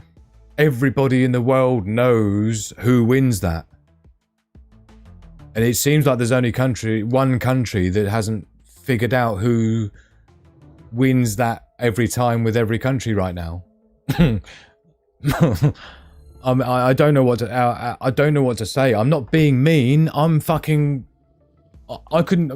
biggest fan of America, man. I grew up in my bedroom wall. I had a massive American flag and a massive British flag on my wall. You know, I love America. I love Americans. I love all you guys who are American follow me. This is what fucking pisses me off so badly, because they're fucking it up for us all. Yeah. They're making us look like dicks. That's what pisses me off. And lying about it and pretending about it and hiding from it and getting all emotional and like, oh no, we can't. We're way beyond that shit, man. We got to be realistic. We got to live in the reality, not some bullshit fantasy that our governments have convinced us of, right? Because that's how you walk up the path of destruction, is by being blindfolded, not even know what path you're going up for a start. Yeah. It's you know, I don't deal in anything else other than facts and truth, because you can't make good decisions unless you've got good data. I've always said it, right? Prepping is about having good data, because if you know what threat you're most likely to face, then you can be very efficient and very effective in your prepping efforts, because you're not buying stuff you don't need for an alien invasion or a fucking pole flip, but you're buying stuff that you actually need, and you're positioning yourself against things that you know are going to come more effectively, right? And you focus more on those things. And what's about to come is all this shit. Not pole flips, not UFO invasions, not any of this other bullshit. This is the real shit. This is the real truth. This is the real thing that's gonna be the let me at 'em Uncle Scoob, ramming you up the you-know-what without any fucking lube. It's gonna hit us all, and it's already hitting us all now. Yeah? The UK government can't even wait to dream up the next tax they can throw on us all, right? It's gone to ludicrous levels right now. You think the energy prices are bad enough, being the most expensive in the world and being the second most miserable country on the planet? Put those two things together and you get an idea of like why we're where we're at. Like I say, this is end times capitalism. This is the bit where we eat ourselves. This is where we consume ourselves like little children on the floor with sweet wrappers around us. And then are just sick everywhere and wonder why. And then the parents have to come in and like pick us up and put us on our little baby chairs, and then the adults go and start doing real business and start making decent shit without us. We're all sat in the corner with our fucking bibs and our pacifiers like babies. That's my frustration. That's just not really how I saw my life panning out in the West as a British person, to be honest. I just thought I'd be respected in other countries where I go, rather than being fucking laughed at. Anyway, we're not supposed to be ranting in this one. So this is what frustrates me, because it's impossible to do this without it being like an America hater and a China lover. It's like, no, these are fucking facts. Yeah? Get over it. India banned rice exports. Right, so US dependent on China for 80 to 90% of rare earth processing. You've probably read all this already while I've been ranting about fuck all, so let's just move on. For those on mobile phones who can't read it. India banned rice exports, destabilizing global food markets amid inflation. And we saw this as well during COVID. There was a lot of countries that started closing off their exports of certain food because of the shortages and stuff. The minute there's shortages, countries start figuring out who their real friends are, put it that way. So, commodity rare earth weaponization then, the cascading effects of that is stalled tech innovation like we've seen in the West. We're way behind Asia overall now. I mean, even, yeah, I mean... skyrocketing food prices, not to mention the stalled tech innovation that we have caused as the West to other countries like the African nations and things like this, to hold them back, and South America particularly, to try and limit their access to tech, to make sure that they don't get to compete on the world stage economically. It's just China somehow, despite our efforts to hold them back for so long, have still found a way to be leading the way, yeah? Which is why the top 20 universities in the world, 14 of them are in China now. That wasn't the case 10 years ago, was it? It was like all the Ivy Leagues, like, you know, Berkeley and, you know, Stanford and all these, and Cambridge and... Right? Not anymore. 14 of the top 20 universities, and this isn't like some independent judge. This is based on how many patents, how many research white papers, and things like this, right? And how many PhDs, and so on, right? China's leading the way on just about every single metric you can imagine. Healthcare, transportation, crime. That was supposed to be us. We just spent it on bombs and war instead, and this is where it ends up. Just, yeah, if there's a future like generation in the year 2560, right, who happens to have dug up some weird like hard drive or some server somewhere and then just found this video, just a message from the past, right? Just a heads up. This is how it ends up if you get greedy and arrogant, just so you know, right? So don't make the same fucking mistake yourself. If this is some sort of time capsule and you're like 500 years in the future and you don't know what happened back in this time, this is basically how it went down. We fucked it up, yeah, because we got greedy. And instead of focusing on our own population and building good schools and good healthcare systems and making places prosperous and having a culture that is one of respectful values that make sense and aren't clown world shit, and don't spend all your time on woke bullshit rather than actually preparing your population for the real future that we're entering. This is kind of how it ends up, by the way, you future alien type people to us who have just dug this up, right? Sorry, I just had to put that message out to anyone finding this in the future to warn them of our fuck up. Skyrocketing food prices, shifting global alliances around resource flow.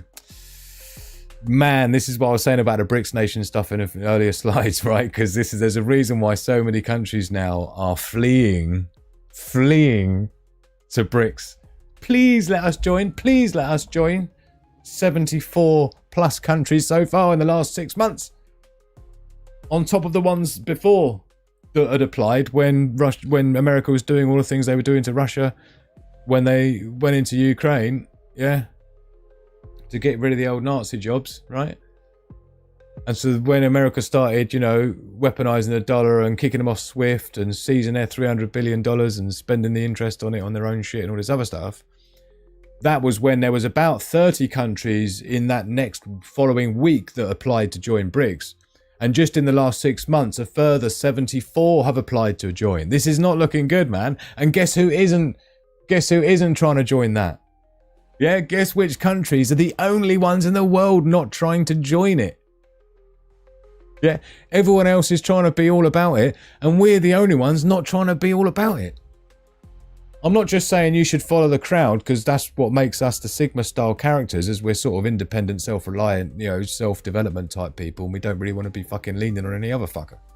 Even though I lean on you to keep me going here, because of how I'm fucking destroyed by YouTube to not make me do anything, and I turn the ads off myself so that you don't get any interruptions, because I'm nice, to my own detriment. But, you know, it's like they say, innit? The rich people might eat better, but I certainly sleep better at night, if you know what I mean. Do you know what I mean? So that's kind of the way I see it.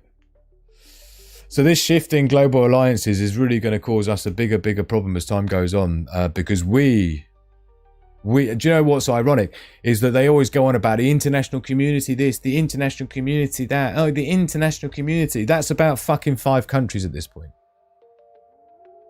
Yeah.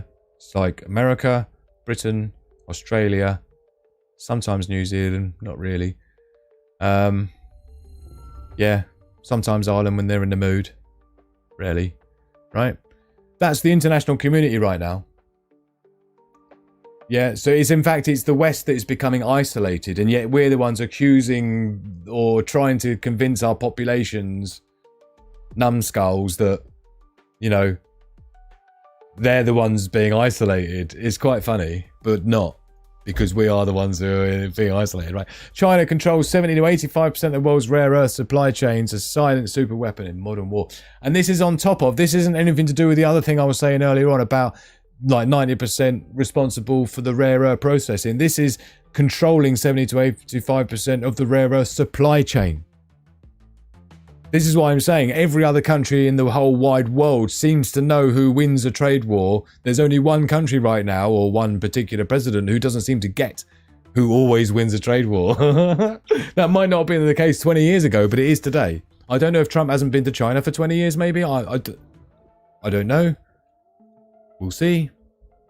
I think it's very unlikely he knows something that everybody else doesn't, because we've already seen the negative effects of it, hence the $1.5 trillion wiped off the stock market that you're not going to get back. Check out Crocodilus in the house. Keeping the lights on. Thank you very much to the few super chats we've had tonight. I really do appreciate you appreciating my efforts and time over the last 4 days solid putting these slides together. I do apologise if people don't find it interesting. It's difficult to make this stuff interesting because it's fucking economics at the end of the day, right?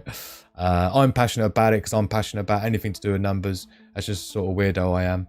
I like anything that's complicated. That's part of my autism, I'm afraid. So I do appreciate that not everyone, you know, consumes it or understands it or wants to know about it particularly, but for those that are still here, I do appreciate you appreciating me, particularly you, Crocodilus. Thank you for your support. So let's crack on then. Energy infrastructure attacks. Again, we've talked about that and everyone knows what's coming in this one. Sabotaging pipelines, refineries, power grids or undersea cables to create energy chaos. We looked at a lot of this as well, and in fact the one of our other warfare tactics episodes in great detail, but classic 5th dimension warfare tactics, right? Disrupt supply lines, shift blame and destabilize civilian morale. So examples that, obviously, Nord Stream pipeline 2022, mysterious explosion disabled. I have to be so careful with these slides, man. It's really difficult, right? My mysterious explosion disabled a major EU energy artery. No clear culprit. Massive impact. Yeah.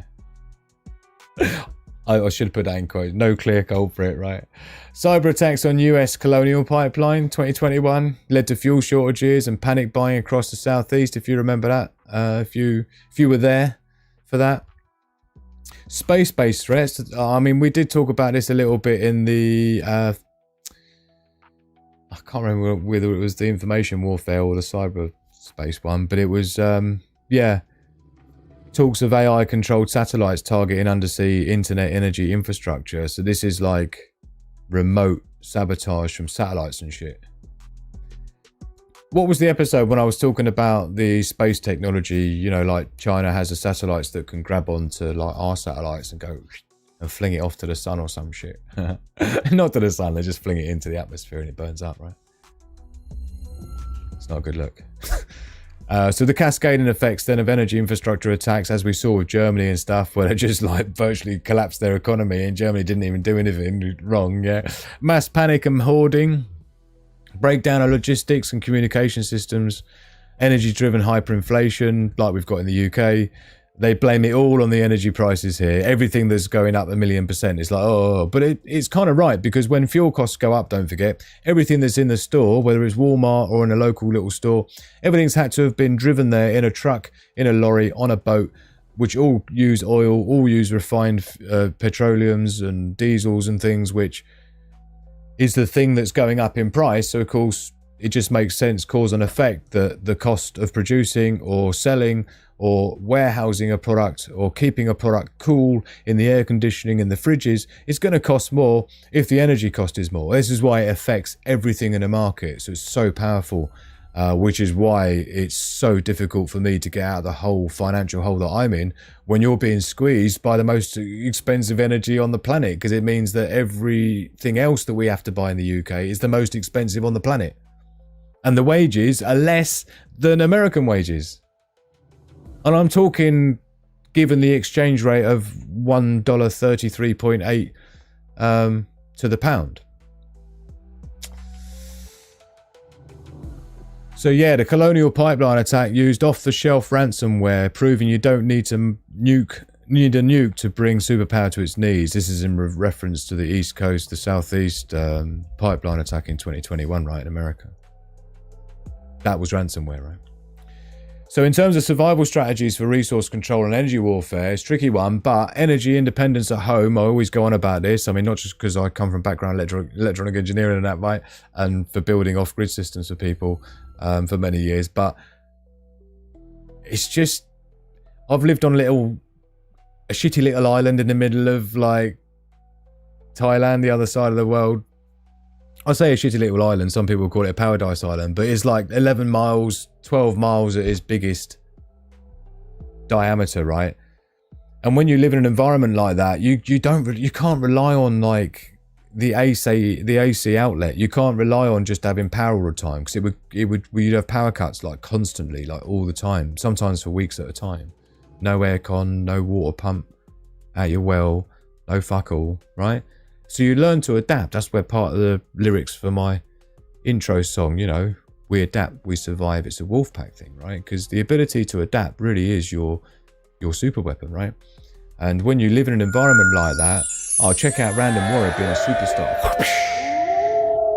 La, la, la, la, la, la, la. Thank you so very much for your support, Random Warrior. What a superstar. Again, helping to keep the lights on. Helping towards my galactic domination plans, Random Warrior. You know I'm bringing you with me, Random Warrior, right? When we succeed in my galactic domination plans, right?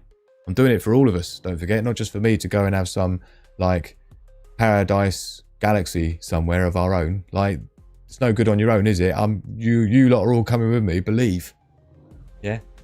The whole point of buying an island once our galactic domination plans succeed is so that we can all just fucking declare independence, have our own flag that we'll just do a vote on, and everyone can contribute artistically to make our own country's flag, and we're all good to go, and we can be Sigma Island. Let's have it. And everyone's getting at least 3 acres minimum each. Cheers to that. Love, peace and progress to the pack.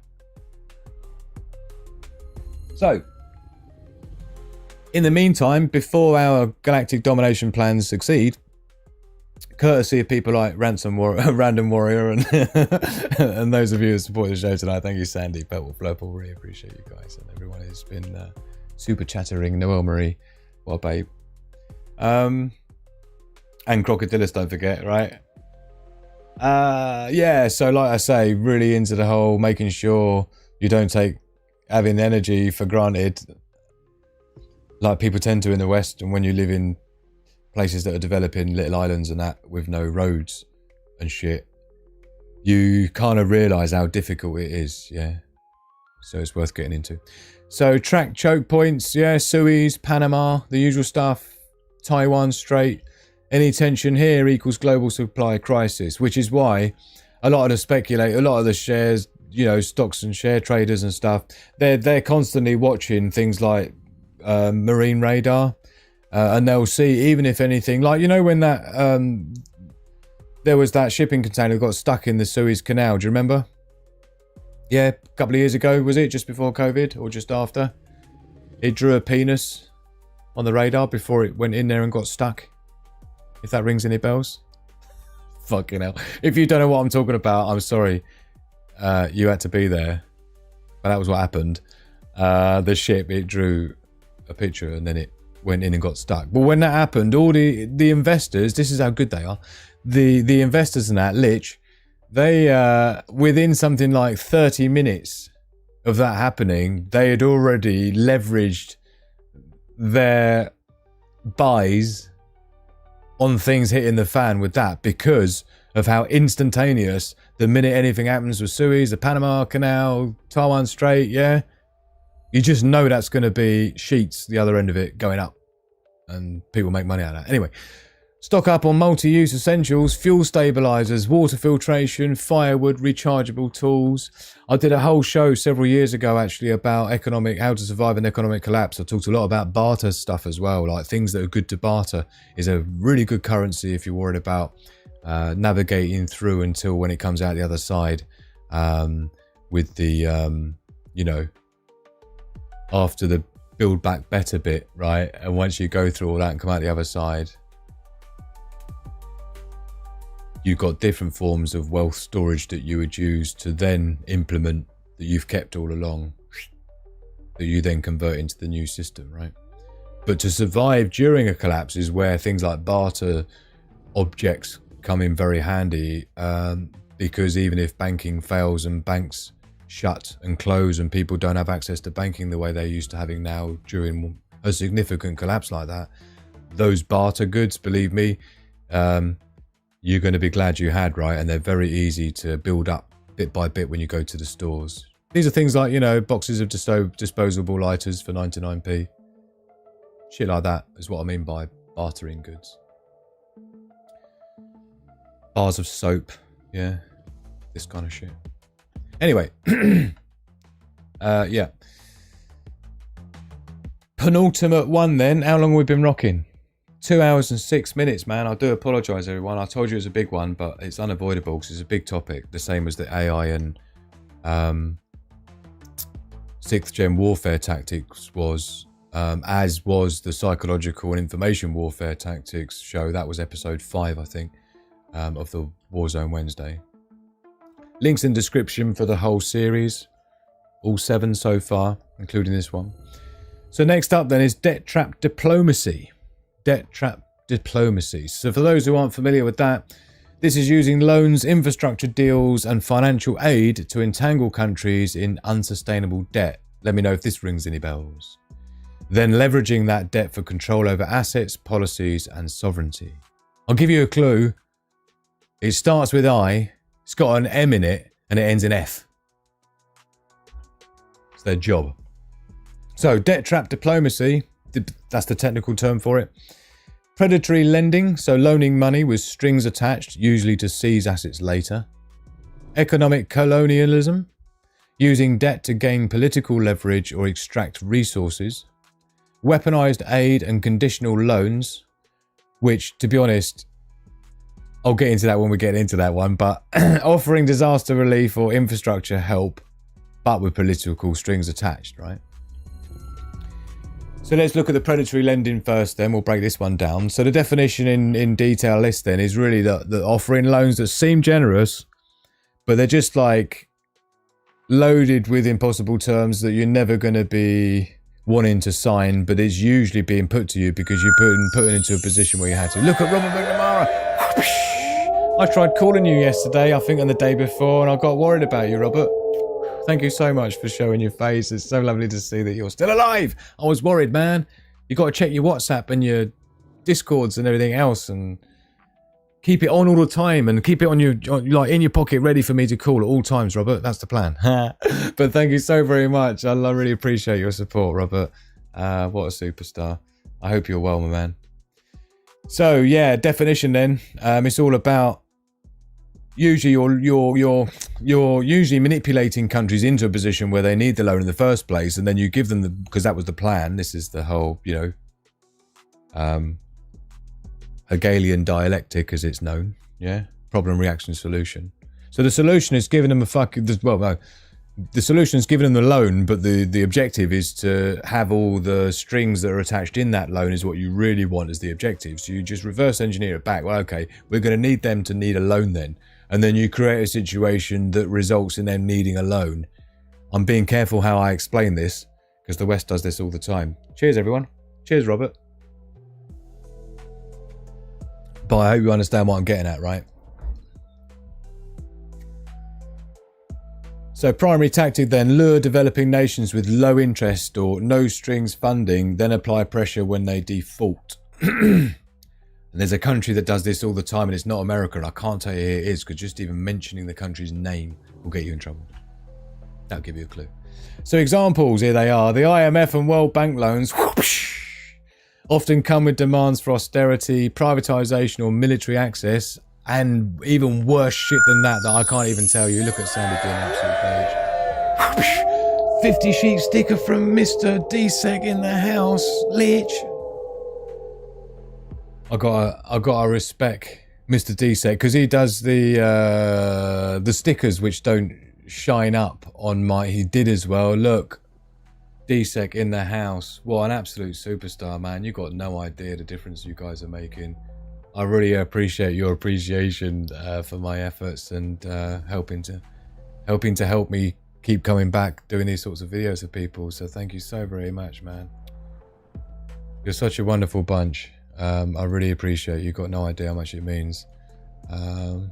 Where's you see, it's funny because the super stickers, as well as they never seem to pop up here, unlike super chats and the Streamlabs PayPal super chats come up here, but the stickers never seem to. And it doesn't even give me an option to like it or love it. But I do love that shade of pink. Thank you so very much, D-Sec, man. I really, really appreciate you. And of course, we've got Random Warrior as well, who also, and Robert McNamara. So thank you so very much. I really appreciate you all. So... that 4.5 days putting all these slides together feels like a little bit more worthwhile now, if I'm honest. Not like turning all the ads off for everybody feels like a little bit more worthwhile now, if I'm honest. Anyway, you know, I just have to tell you the truth. So yeah, IMF and World Bank, we love them. So China's Belt and Road Initiative, this is like the BRI, you know, you've probably heard that thrown about quite a lot because it's been demonized a lot for obvious reasons, because it's again, it's a competitor in a lot of ways, because it would sort of like, it's because the reason the West got a dog in that race for the China's, well, sorry, let me just read it. Accused by the West of using loans to gain infrastructure control, but many recipient nations publicly reject this narrative, seeing China as more respectful than Western institutions. And this is directly quoted from the Institute for something or other, I don't know. Institute for... Anyway. So this is just how it stands, right? But they do give loans. They do give loans for development, but it's typically not in that same way. It's not given loans with those sorts of strings attached. And it's also not a personal loan. It's a shared loan amongst all the members. So it's just not really equivalent, right? So US in Latin America, 20th century. So use debt and corporate leverage to extract control over agriculture and utilities. A lot of Americans know about that. A lot of people who understand what's been going on with that are very against that. And not just, you know, Latin Americans living in America, but actual Americans in America as well, when they understand what's been going on with that. They're like, oh my God. It's like, yeah, it's bad. It's bad. So yeah, cascade effects. So governments sell off national assets. Britain's doing that right now. I don't think we own a power plant or a water plant anymore here. I think we've sold it. The Canadian pension trust has just bought £130 billion worth of property in the UK. The Norwegian investment fund just bought something like £1.2 billion worth of property here. UK is already fucked. They're just selling itself and gutting itself like it's already failed. Yeah, it's quite amazing to watch. So believe me, it's not just America who's going to be facing this. We already are in the UK. And it's all from our own government's silly decisions, right, over the years. It's not anyone else's fault. That's the truth of it. That's the frustration of it. Because you can't vent your anger at China. You can't vent your anger at Russia. You can't vent your anger at anyone else. It's like literally our own Western governments have fucked us up, right? It's like even more annoying because it's like, it's not like we don't even have an enemy we can get mad at because it's really our own governments that's the one doing it to us. It's quite frustrating. It's like, Anyway, so yeah, citizens suffer from cuts to healthcare, wages, food subsidies. I mean, the UK is a shit show at the moment. The same in America, with a minimum wage being just a joke compared to what the rents are, and a lot of people can't even afford to live in places like San Francisco is a good example, right? Fuck me, like Caravan City, just because people can't even afford the rent prices is. Foreign governments gain influence over ports, airspace, telecoms, right? Because this is like this is the small print, you know. Sri Lanka's Hambantota port was handed over to China on a 99-year lease after defaulting. Don't know if you knew that. Yeah, widely cited, fairly or not, as a BRI debt trap case. It wasn't. This is why it says widely cited by Western publications. But like when you research it properly, even India, it says so. It says no, it wasn't. Nothing to do with that. Sorry, India. I do apologise. Sri Lanka said themselves it was nothing like that at all. That was the understanding, and they bailed them out, and that was the deal. But America does similar things, you see. This is where America gets their 750 American US bases in all the countries around the world, right? It's the same methods used, right? And again, typically, they're set up. The disasters, let's just say, are set up in these foreign countries purposefully to then entrap them into the IMF loan, to then know that they're never going to fucking be able to pay that shit back, to then default on it, which then means that the strings attached kick in, which then means America gets another US base on their port. Job done. So economic colonialism next then. Exploiting financial dependency to extract resources, labour or political compliance. So the primary tactic here, obviously using debt as leverage to enforce policies or trade agreements favourable only to the lender. And again, this is where the West really has been the most guilty of this, because we've been in the position to be. This is the thing. This is what comes with, we've got the same problem on a macro and a micro level, because we've got, like, our own selves, of course, have like where the wealth gap has become so unsustainable now, where there's no middle class. Even Trump's done a good job of wiping that out with this last lot of things. It's the middle class that are getting wiped out here, no one else. The corporations are still going to be doing all right with what they're doing with the trade tariffs. They ain't going to care. It's the small businesses, the mom and pop stores and the smaller businesses that are going to be affected by it. Yeah, because the big corporations, they're going to be the ones doing the deal with Trump, don't forget. They're going to be only paying 10% tariff, whereas everyone else who's not a big corporation and a friend of Trump is going to be paying the usual 100% tariff. So how are they going to compete with the Walmarts, with the Amazons and all that shit? You see how that works? So don't think this is to do you a favour, because it fucking well isn't, yeah? It fucking well isn't. I promise you that. And if you think it is, you'll see how it turns out. Because it's already turned out that way, and you've only got to listen to what everyone else around the world is saying. It doesn't matter what we would like to believe in the West. We got to look at what's actually happened. Not happening, happened, done. Yeah, there's no going back anymore. We're fucked. This is end time capitalism. I keep saying it. This is what it looks like. Don't forget, the same happened when Rome fell. Right, this is why I've been going on about Thucydides' trap for what, 5 years now? And here we are. This is it. Yeah? This is how it went down when the Roman Empire failed, yeah? This is where all debauchery came from. Remember in the history books where there was like everyone just turned homosexual on the steps of the Colosseum? There was debauchery, right? Those writings were talking about the end times of the Roman Empire went exactly the same way as we see the West going now. Do you see every other country around the world with this debauchery of everything going on with our cultures? No, this is a new thing that's happened. This is the same as how Rome fell. Just they ended up going crazy. Yeah? And doing crazy stuff, cutting their ears off and shit. You know? This is like... So if it, you know... Was it Churchill who said, you know, history doesn't repeat itself, but it certainly rhymes. Cheers, everyone. Part of the reason why I do these shows for you is because I want you to be able to yourself, I shouldn't need to tell you, I want you to yourself, the same as a lot of people did when I did the psychological and information warfare, which is right up my street of expertise, right? So I really enjoyed that show, as I do this one.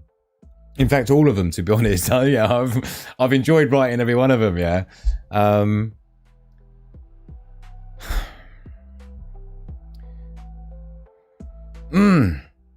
So anyway, let's just get through this. I do apologise. I'm making it like it's big enough and complicated enough as it is, and I'm just adding to it. I do apologise. So, economic colonialism, yeah, exploiting financial dependency to extract resources, labour or political compliance, using debt to leverage.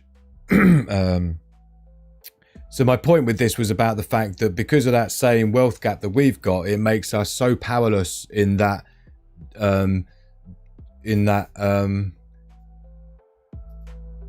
just the weighted difference between the haves and the have-nots mean that it's impossible for the have-nots to ever get any purchase power to get anywhere, right? And this is the same on a global stage. This is going back to what I was trying to say about a micro-macro, right?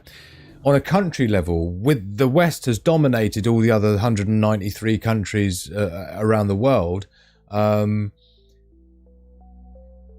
such a long time, and we've benefited from that. And it's been so easy because our wealth has been so considerably more than so many other countries, which is where people can't understand, where people get paid like $1 a day wages. They can't understand as Western culture. It's like, how can people earn $1 a day, man? But that's the reality of many people's lives, which is why they say, you know, if you have a roof over your head and you've got a full belly and you've got, you know, a car or any mode of transport, you're already better off than 99% of the global population, as they say. Right? And so the West has had amazing power over other countries over the century, let's say, with British Empire, American Empire combined, yeah, dovetailing. And this has been the same level of difference that it's been for us versus them, right, in terms of the haves and the have-nots. So, examples then, France's CFA franc system, don't forget about that. This has been in the news recently over the last little year or two, particularly the last year, where the 14 African countries still tied to French-controlled currency and central banking structures. I think that that was 16 about a year ago. It's now 14, to give you a clue. Right, they ain't having it no more. And why? Because Africa is giving these, China is giving these African countries a better option, a more favourable option. Yeah. So why wouldn't they take it? And France is just their method of continual, just violent domination to maintain their influence there isn't working anymore, because other countries that are more powerful than France, i.e. China, are offering these African nations a better option. Without the strings attached and without the violence. It's cool. As far as they're concerned, right? So US dollar diplomacy, military and corporate control followed debt dependency throughout Latin America in the early 1900s. When you track that, it's not a coincidence, is what I'm trying to say there. Yeah, in terms of like pop, pop, pop, pop, pop, and everywhere they went and had influence, there was suddenly... So modern corporate seizures, so resource-rich nations like Ghana, Zambia and Congo forced to sell off mines or farmland to pay external debts. We've had that going on recently, if you followed that. This is my point of doing these shows, so that you can see yourself that these things are in play. And have been for a long time. The psychological information warfare, how many of them? Everyone was like, fuck me, yeah, that's the thing that they're doing here, and that's the thing in that story the other day. Yeah. These are all things happening now. We are lich, end times, Thucydides trap. Is it war or not? 50-50, probably. Kind of shit. So the cascade effects then on economic colonialism is going to result in sovereignty loss, masters economic development, right? This is how they sell it to these African nations. It's like, you know, we're going to take your mines and we're going to, you know, take over this and take over that. But it's for, you know, it's economic development. We're going to invest in it and you're going to be better afterwards. This is sort of how we sell it to them, right?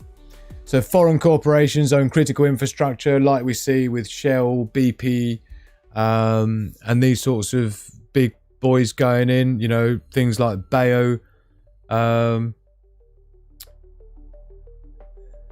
you know, the chemical company, yeah, the way they do. It's a similar thing. The government's forced to enact laws they don't support. This is all big part of the, you know, Agenda 2030 with the 17 sustainable goals.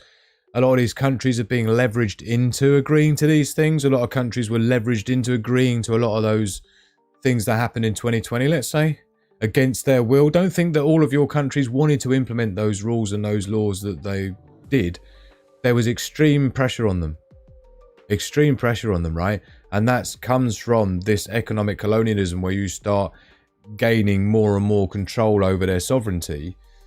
Ideally is what it's about, and you can then start influencing the governments into doing stuff, changing stuff, letting you do stuff, changing the way they do stuff, changing the laws they put in, right? Calling it climate fucking change action and shit, whatever, economic development, all these key terms, but really it's just owning their shit. So with 50% of African nations' annual GDP is spent just servicing debt. This is that debt trap diplomacy 101, right? Hence the debt trap. This is over 50% of African nations' annual GDP. So half the sheets they fucking make in a whole year is just spent servicing debt. Like paying it in, like the minimum payment on your credit card, and in balance ain't going anywhere. This is what we're talking about. 50% of their entire sheets just paying a minimum fucking payment on their credit cards without ever paying it off. Have some of that.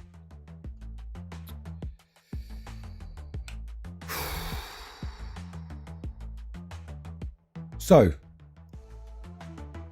the third part of debt trap diplomacy is the weaponized aid and conditional loans. And again, IMF is the key player in this one, right? There's some shady fucking shit goes down with that. So, offering disaster relief or infrastructure help, but with political strings attached, yeah. Primary tactic, lend money to fix the crisis, but only if the nation signs trade deals or adopts certain laws or allows foreign bases, like I said earlier, right? It's fucking classic. And the idea is to fuck them up, like, unnaturally, yeah?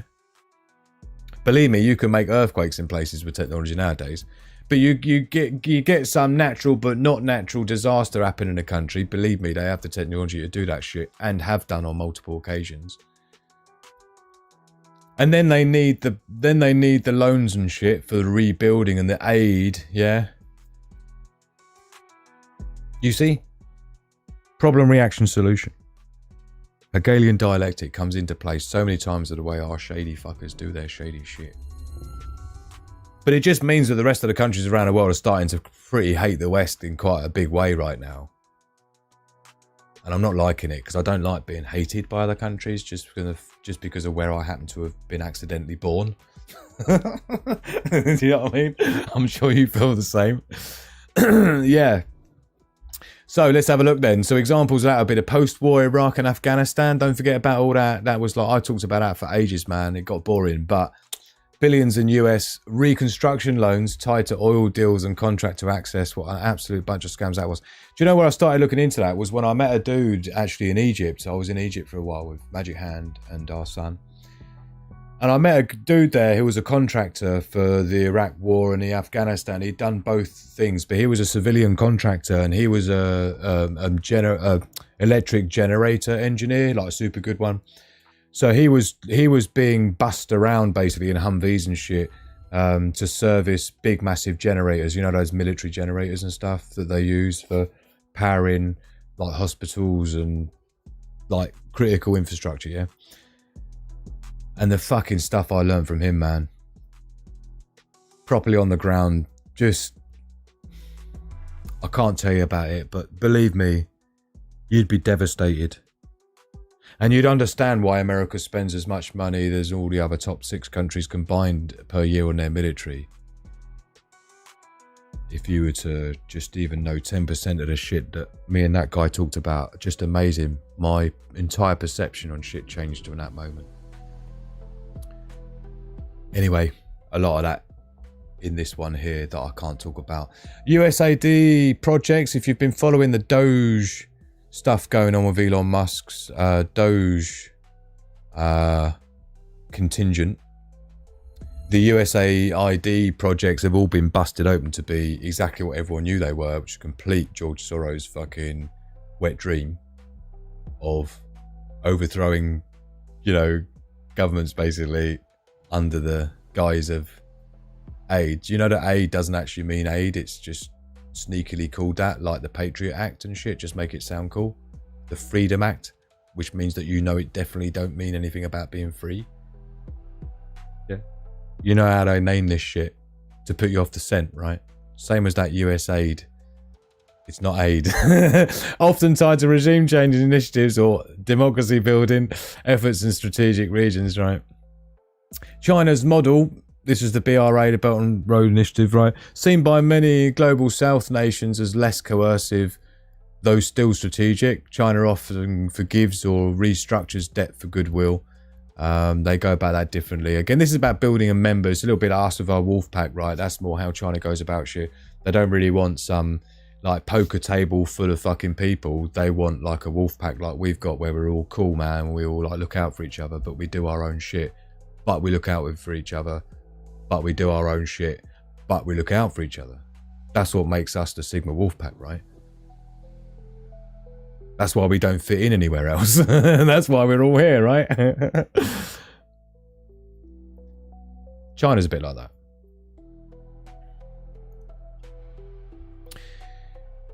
So the cascade effects then of weaponized aid and conditional loans ends up being citizens suffer long after the cameras leave. Yeah.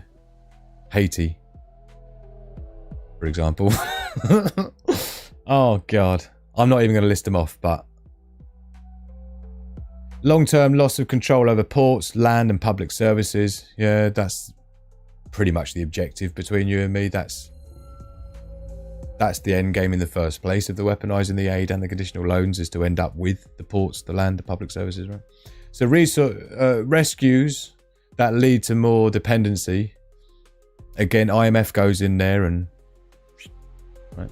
So over $100 billion in IMF/World Bank loans were given to Ukraine between 2014 to 2023, as an example, with austerity demands including pension cuts and land privatization. So again, strings, right?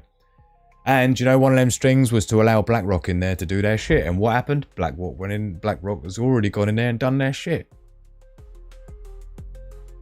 In fact, the day after BlackRock went into Ukraine to do the deal with the IMF to get their shit, the next day BlackRock was talking to Keir Starmer, talking about how much shit Keir Starmer's going to have of Ukrainian shit. He probably went straight to fucking USA White House straight after that to see how much the establishment there wanted to have of Ukrainian shit that BlackRock could sell them. This is the fucking shady shit we're doing, man. It's not good. So survival strategy then, if there is one, for debt trap diplomacy. So study where the money goes. Yeah, watch how infrastructure projects in your country are financed and who profits. There's a lot going on in the UK about that, where lots of people are seeing the stuff going on with like all the infrastructure being sold, and then when they're building a new nuclear power station, like people are up in arms because it's like, oh, you know, Britain's getting China to build a nuclear power station, which means that they're going to own it, which means they'll be able to turn it off if they want to, and all this stuff, right? And I get it, right? This is the whole point of what America's trying to do with bringing manufacturing back, because the more reliant you are on other countries for your shit, the more dependent you are and the weaker you are, right? And this is the same as our theory and our model as preppers, as Sigma preppers, right? It's the same thing, isn't it? We don't want to be reliant on the government because we know that the government can't cope with helping everybody in a crisis. We understand that they have their limitations, even if they wanted to. They can't. right? And so we want to be independent. We want to be able to sustain ourselves without everybody else's help. We don't want to have to call the IMF if we fucking have a crisis, right? We don't want to have to, you know, we just want to be independent. And this is the same as, like, America doesn't want to be relying on them either. Because it is a national threat. In the same way as in Britain, you would expect us to at least be able to power ourselves. But the problem is not money and it's not anything else, it's skills, yeah? It's the same problem America's got. America doesn't have a manufacturing problem, they've got an education problem. The same as we've got in the UK. There's nobody educated to run fucking factories any more than there is in America. Why do you think China's the one with 14 in the top 20 universities are Chinese universities? That's our problem, is that we don't have the brains, god damn it. There's a reason why China has a 10 IQ point lead against America. Yeah? China's 108 average IQ, don't forget. Americans are 98. In the UK, we're 100. It's probably gone down to about 92 by now with everything that's been going on over the last 10 years in this country, but that's how the statistics were. USA, 98 IQ on average. The UK, 100. China, 108. And 8 IQ points is significant because it's on a bell curve. If you understand Mensa, IQ and things like this and what it means.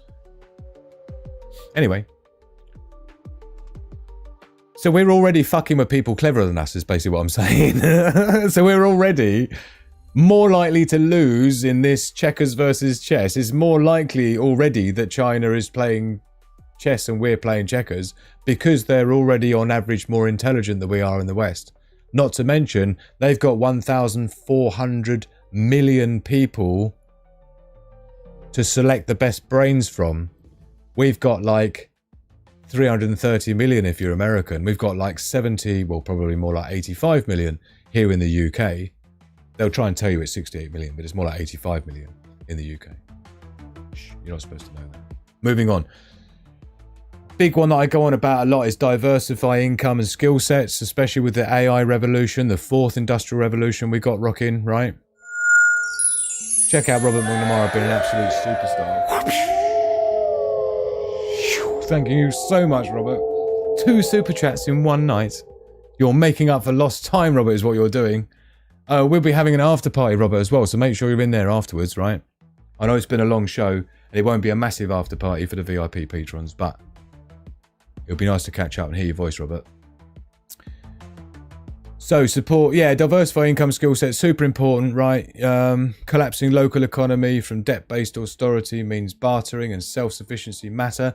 So, yeah, side hustle culture coming, you know? Don't forget, it's not AI it's going to take your job. It's somebody who's using AI is going to take your job.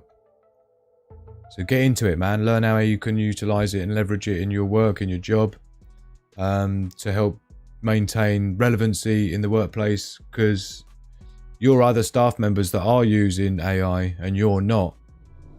The big boss crews are going to fucking see who is and who isn't in productivity, right? And this is the pressure putting on everyone. So you're either going to reskill completely to something that AI can't touch, which is tricky. There's not that many things, yeah? There are, but they're restricted to the sort of talents and skills and sort of things that people have, really.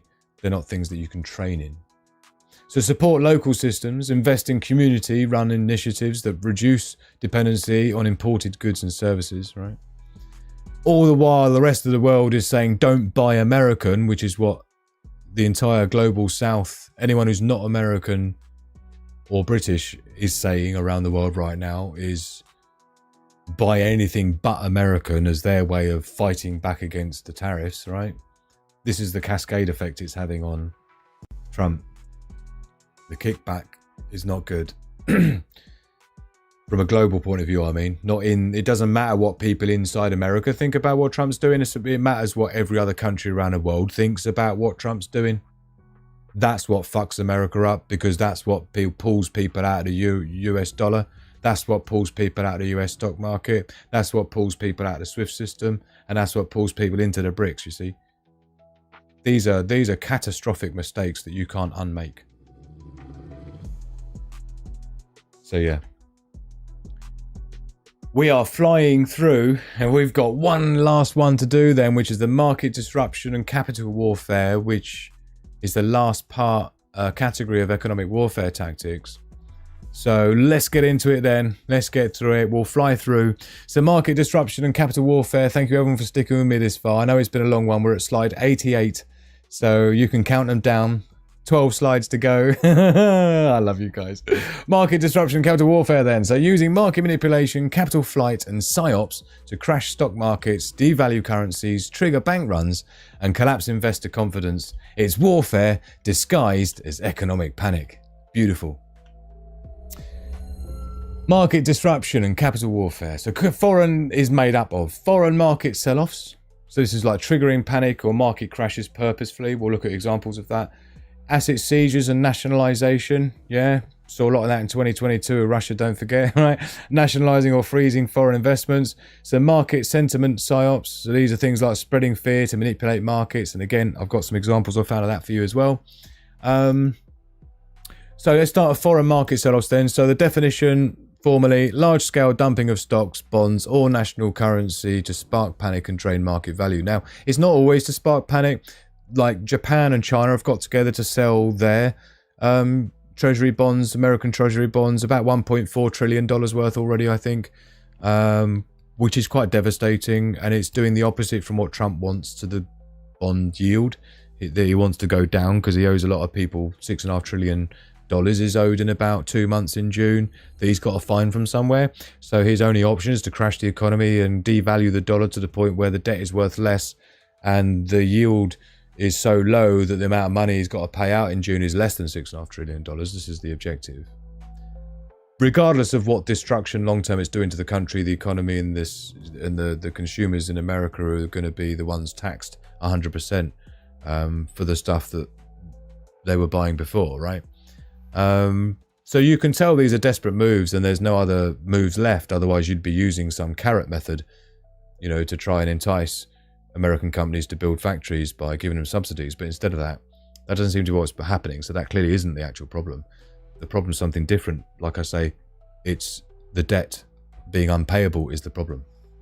Don't forget, do please vote in the live poll we've got rocking tonight. You'll see it in the live chat. So the primary tactics then cause financial instability to pressure political change or extract concessions. So examples of that is going to be US funds dumping Chinese tech stocks during tensions over Taiwan and TikTok bans. So that was quite recent. I don't know if you remember that. But they did loads of dumping there. I was quite worried because I thought, at what point is China going to see that as an act of war, right? But China's kind of passive. They're not really the ones who sort of always threatening war and shit. I mean, they tend to keep out of stuff. They never got involved in Iraq. They never got involved in Afghanistan. They didn't get involved in any of that shit. They're just kind of like... I don't even think they gave an opinion on it. So George Soros, everyone knows that, right? Or they should do. The Black Wednesday, yeah, where he totally and utterly manipulated the UK. He shorted the British pound, basically, forcing it out of the EU exchange rate mechanism, profited over $1 billion and destabilised the UK government. That's a good example of foreign market sell-offs. And that was well planned up. Do you know, there was another one as well that I was going to put on here, which was actually just before the war, just before the main stock market crash, and it was about who had won the war, I think, and it was all completely manipulated, and he lied so that it dropped, and then he bought it all up super cheap. I think it was a Rothschild, wasn't it? Anyway, recent $1 trillion wiped off the US stock markets, courtesy of Trump, obviously, with threatening every country with these tariffs. It just wiped $1 trillion off the stock market. It's like, whoops, don't. People think that was the plan purposely, although that just decimates the middle class again and completely destroys the American consumer and puts them in debt. People suspect that wiping all that money off the stock market was actually Trump's plan, because again, it was all part of devaluing the dollar.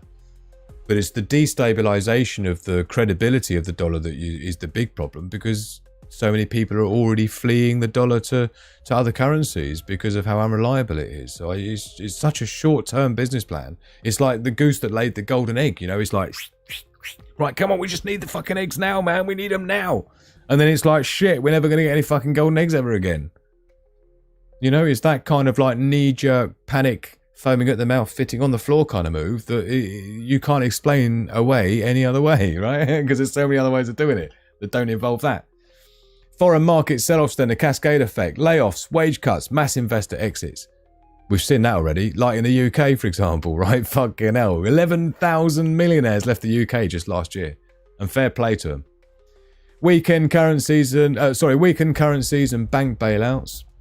Civil unrest due to cost of living shocks. This is like very easy to manipulate a country into civil war with this shit. Look at what they did with fucking Venezuela and countries like that. So the stock market is the only battlefield where one rumour can cause mass casualties without anyone ever firing a shot. So asset seizures and nationalisation. So the definition of that then, seizing or freezing assets owned by foreign entities, sometimes disguised as sanctions, sometimes purely opportunistic. Think America with the Russian stuff for the yachts and all the seizing of the shit. America does it as well to criminals, don't they? They seize all their assets and their mansions and shit and they just sell them off. It's classic as fuck. So primary tactic then, used to punish foreign investors, cut off foreign capital or consolidate control. Widely used, this stuff looks of Russia freezing Western corporate assets after sanctions hit. We've got another example there is the US and the EU freezing the private bank accounts tied to political donors or foreign allies. Remember that? They got into trouble for that actually. The Human Rights Something or Other Claims Court, they had to overturn that. There's classic.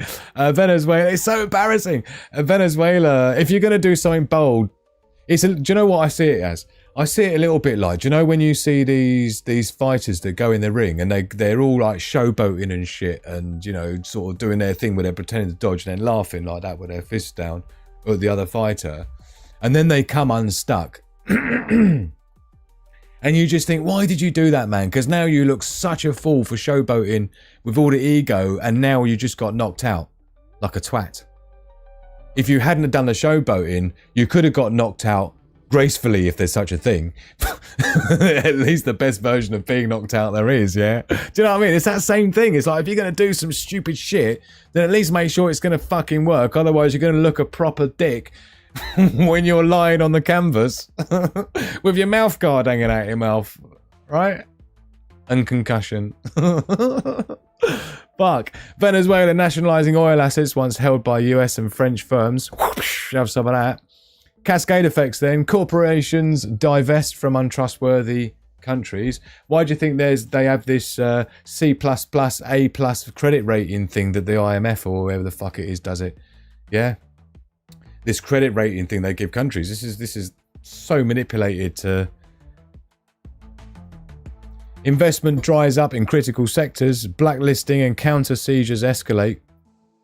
So after Russia's asset freeze, global corporations lost over $100 billion in standard assets.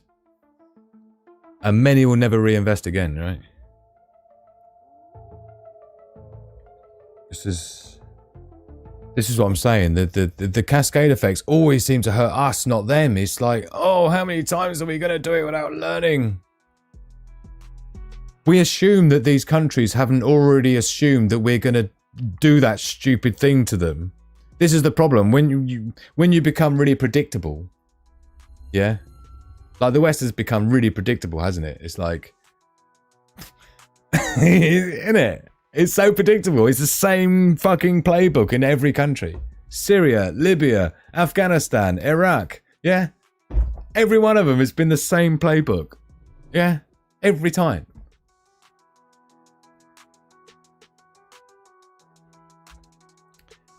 Market sentiment psyops then. So the definition, psychological operations meant to manipulate public or investor sentiment and trigger fear-based sell-offs or economic disobedience. So the main tactic with that is then spreading fake news, false flag market alerts, or whistleblower leaks to manipulate perception. This has happened loads of times, man, and like the CIA and shit have got an entire department dedicated to this shit. So examples then would be coordinated short selling on Reddit forums. Do you remember all that with a GameStop? I thought that'd be a good example to use. Yeah, it revealed just how fragile markets really are when weaponized from below, as in us lot. Yeah, everyone started shorting it. It was brilliant. Anyway, false reports of bank collapses spreading like wildfire through social media before regulators can respond. Do you remember? I think wasn't that the that was the what do you call it example in the UK we had where a bank literally collapsed because of a fucking rumour. Yeah, and there was like queues and queues of people up the fucking street trying to get their money out, and the bank actually collapsed as a result of it. And you'll see why in a minute, because I put a little nugget in here for you, because you know you like these nuggets from me, right? So this is another one as well. Leaked crisis memos or downgraded credit ratings. Like I was saying before about the A+ rating, they'll come out and say some shit. Oh, Brazil has been downgraded to B+. And it's just like, right, all investors pour their money out of Brazil and then Brazil's fucked. And Brazil never did anything to make it a B- or a B+ or whatever the fuck. It was just like strategy is, you know, to pay them back for some shit. Or to make them need to have a loan so that we can send the IMF. Yeah, sure, Brazil, don't worry. We'll send the IMF in to see you. They'll help you. Sorry. Is how they should be laughing at them, right? Oh, man, it's embarrassing. Next. Market sentiment, psyops. The cascading effects then is bank runs. As I said, queues down the bank. Credit drying up. Businesses shutting down due to mass panic and due to the credit drying up. And here's the nugget here. Only takes 2% of depositors withdrawing to collapse a modern bank. Just 2%. Let that sink in. 2%. Should we just have a sip of tea on that quickly while we just let that sink in? 2% of depositors withdrawing at the same time. Collapse a modern bank. Cheers to that.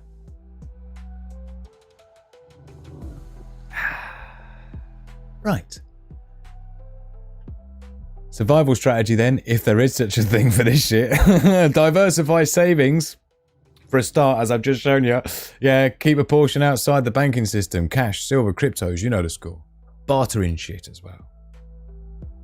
Watch capital. And now don't forget, let me just add to that. When I talk about bartering, that does include like skills, right? Skills are super valuable in a crisis. I've been there, yeah? If you've got skills to offer and you're good at doing shit, you're useful. If you're useful, they'll keep you alive. You know what I mean? If you happen to have been trained as a doctor or some shit, it's like we got Margie Mulder as one of our VIP patrons, and she's such a wonderful woman. She's a nurse. She's got wildlife. She's got animals that she knows how to rear. She's got pigs. She's got chickens. She's like the most awesome woman I know. She's like hardcore, right? And she's a fucking nurse. Do you see? Is there a wonder why she's following my channel? Like, she is the classic Sigma female. Diversify. So when I'm talking about bartering skills is super important as well, right? Do you see what I mean? Like people like Margie Mulder, she can stitch someone's wound up. She can help them get going with some chickens, or do you know what I mean? This is important stuff. As I said in one of the very first slides, that you know this is like learned dependency in the West, where few of us have these skills anymore. Over the last generations, there's just that knowledge has been lost. We just go to the store and we pay Walmart to butcher that for us and cut it up nicely and put it into a nice little package so we don't have to. You know what I mean? Learn dependency. So watch capital flows. When big money moves suddenly, follow it and then ask why. That's the key in trading, right? You don't like start like researching and going, oh, why are they doing that? You need to get on it right away and then figure out why, because if they're doing it, there's a reason. Yeah. Stay calm in market crashes. Know the difference between engineered panic and real collapse. Don't panic sell. That's my beauties. Wraps up the market disruption and capital warfare, but doesn't just wrap that up, but it also wraps up the entirety of the types of warfare tactics, 5th generation warfare tactics, economic warfare. 101. This is the 101th slide. I told you it was more than 100 slides. And that, my absolute beauties, makes episode 7 of Warzone Wednesday with your host, Drew, Sigma Prepper. Economic warfare. I do very much hope you've enjoyed my efforts. I know the people that have super chatted must have, so I do appreciate that as validation. Thank you for the validation So that's been my SHTF survival scenarios, prepping for SHTF by Sigma Prepper. I hope you've enjoyed it, everybody. It took me a long time to put that together, as I hope you can appreciate. I'm not sure how people perceive when they see these things, that they just gets magicked into thin air, but it takes an awful long time for me to make stuff like that and write it and come up with all the lists and then do all the research to make sure I'm not spieling bullshit. Fact check myself. You know what I mean? That takes more time than anything else. So if I can't find a source of something, even though I can think of that as an example or that as a tactic, if I can't find it in enough places that if when someone else fact checks me they can't find it, I don't use it. I don't like it. And that takes more time than anything else, right? Because I start off with the biggest fucking list of bullet lists you've ever fucking seen on my iPad, and it goes from that to what you see, right? So I don't know any other way of doing it any clearer for you, so I apologize if it was like too long, too whatever. But that's my take on it. I've completely not been keeping up with the chat, so I've got no idea what's been going on. What I do know has been going on is Robert McNamara, along with Sandy, Robert McNamara again, and Random Warrior, and Purple Flurple, don't forget, and DSEC. And Crocodilus as well, and a lot of others of you have really done a wonderful job to help me feel appreciated, and of course you know, make up for the fact that I've turned the ads off for everybody else out there as well, so I'm sure they thank you as well for allowing me to make that happen for everyone.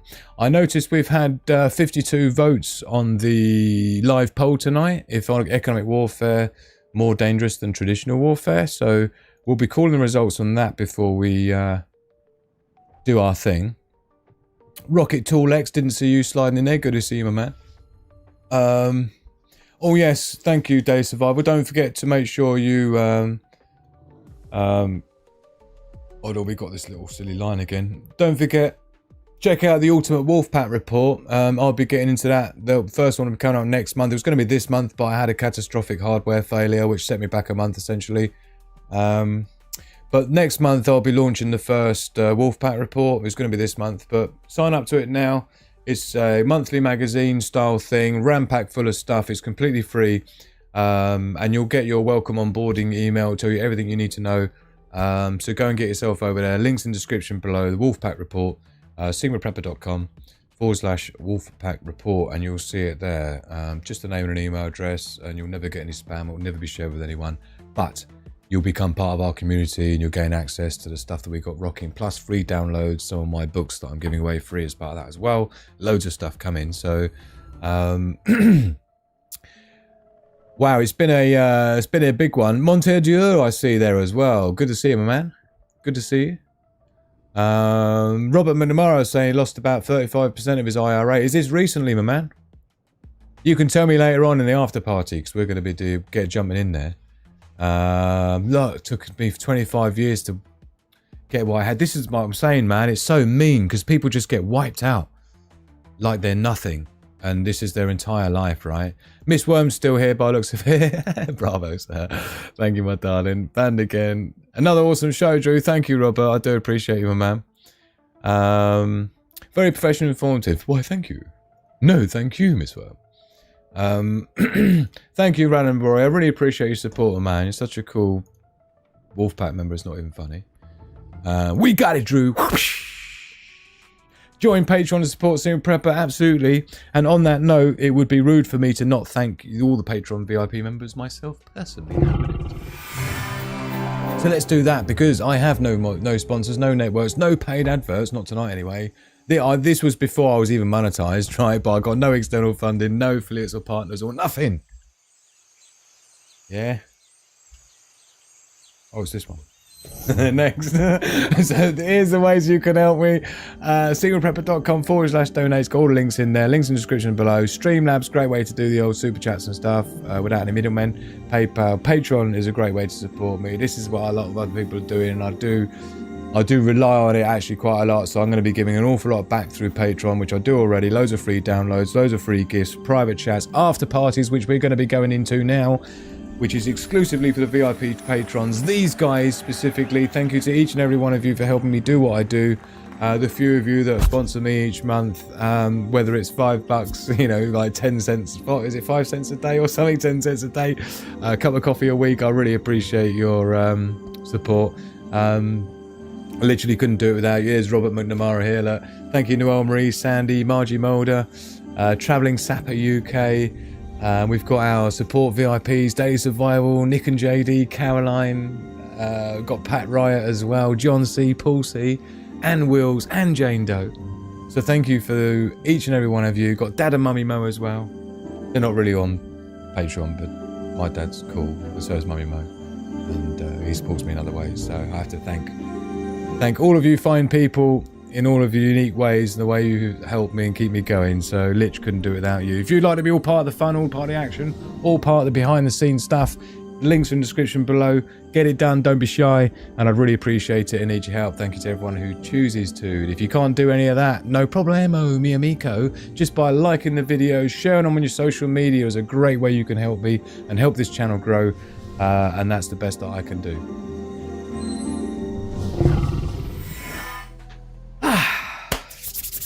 Right, 1 o'clock in the morning. We started at 10, so I'm guessing we've been streaming 3 hours. We have.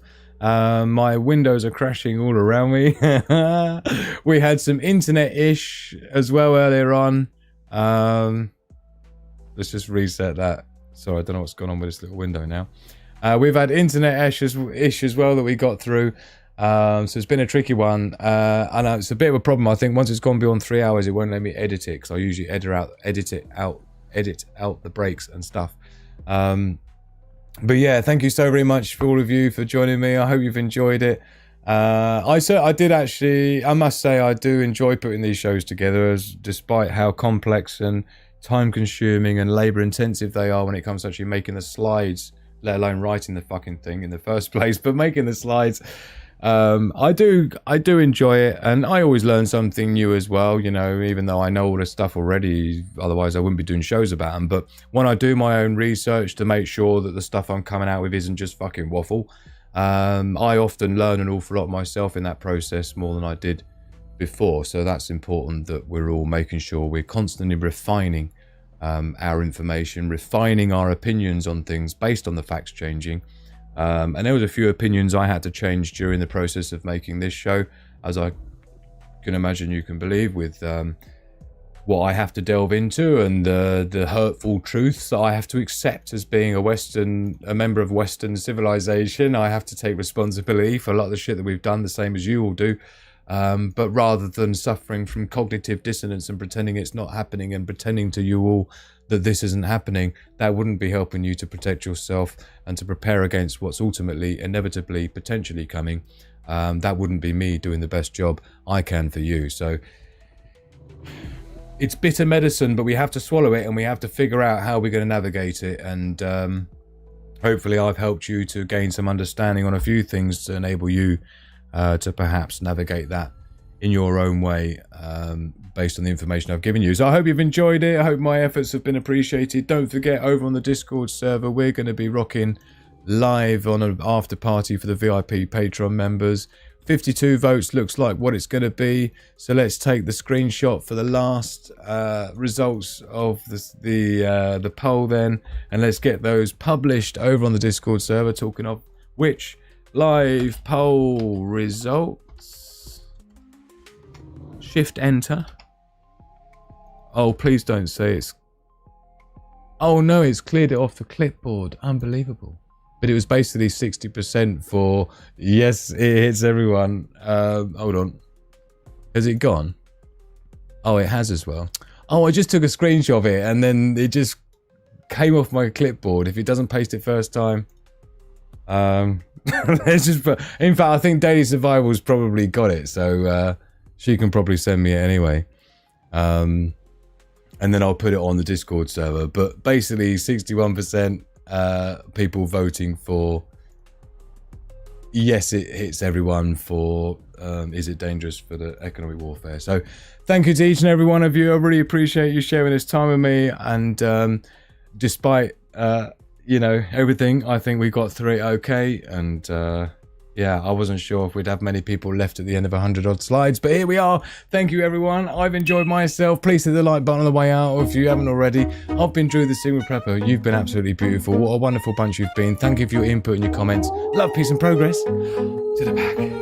Reject the herd, prepare the pack. Click the like button, it's as easy as that. Check the description for the links you need. Follow my socials, subscribe to my feed. From a single lone woman to a family of 5. Learn from Sigma Prepper and see how you can thrive. We understand the risks that tomorrow could bring. We adapt and survive, it's a wolf pack thing.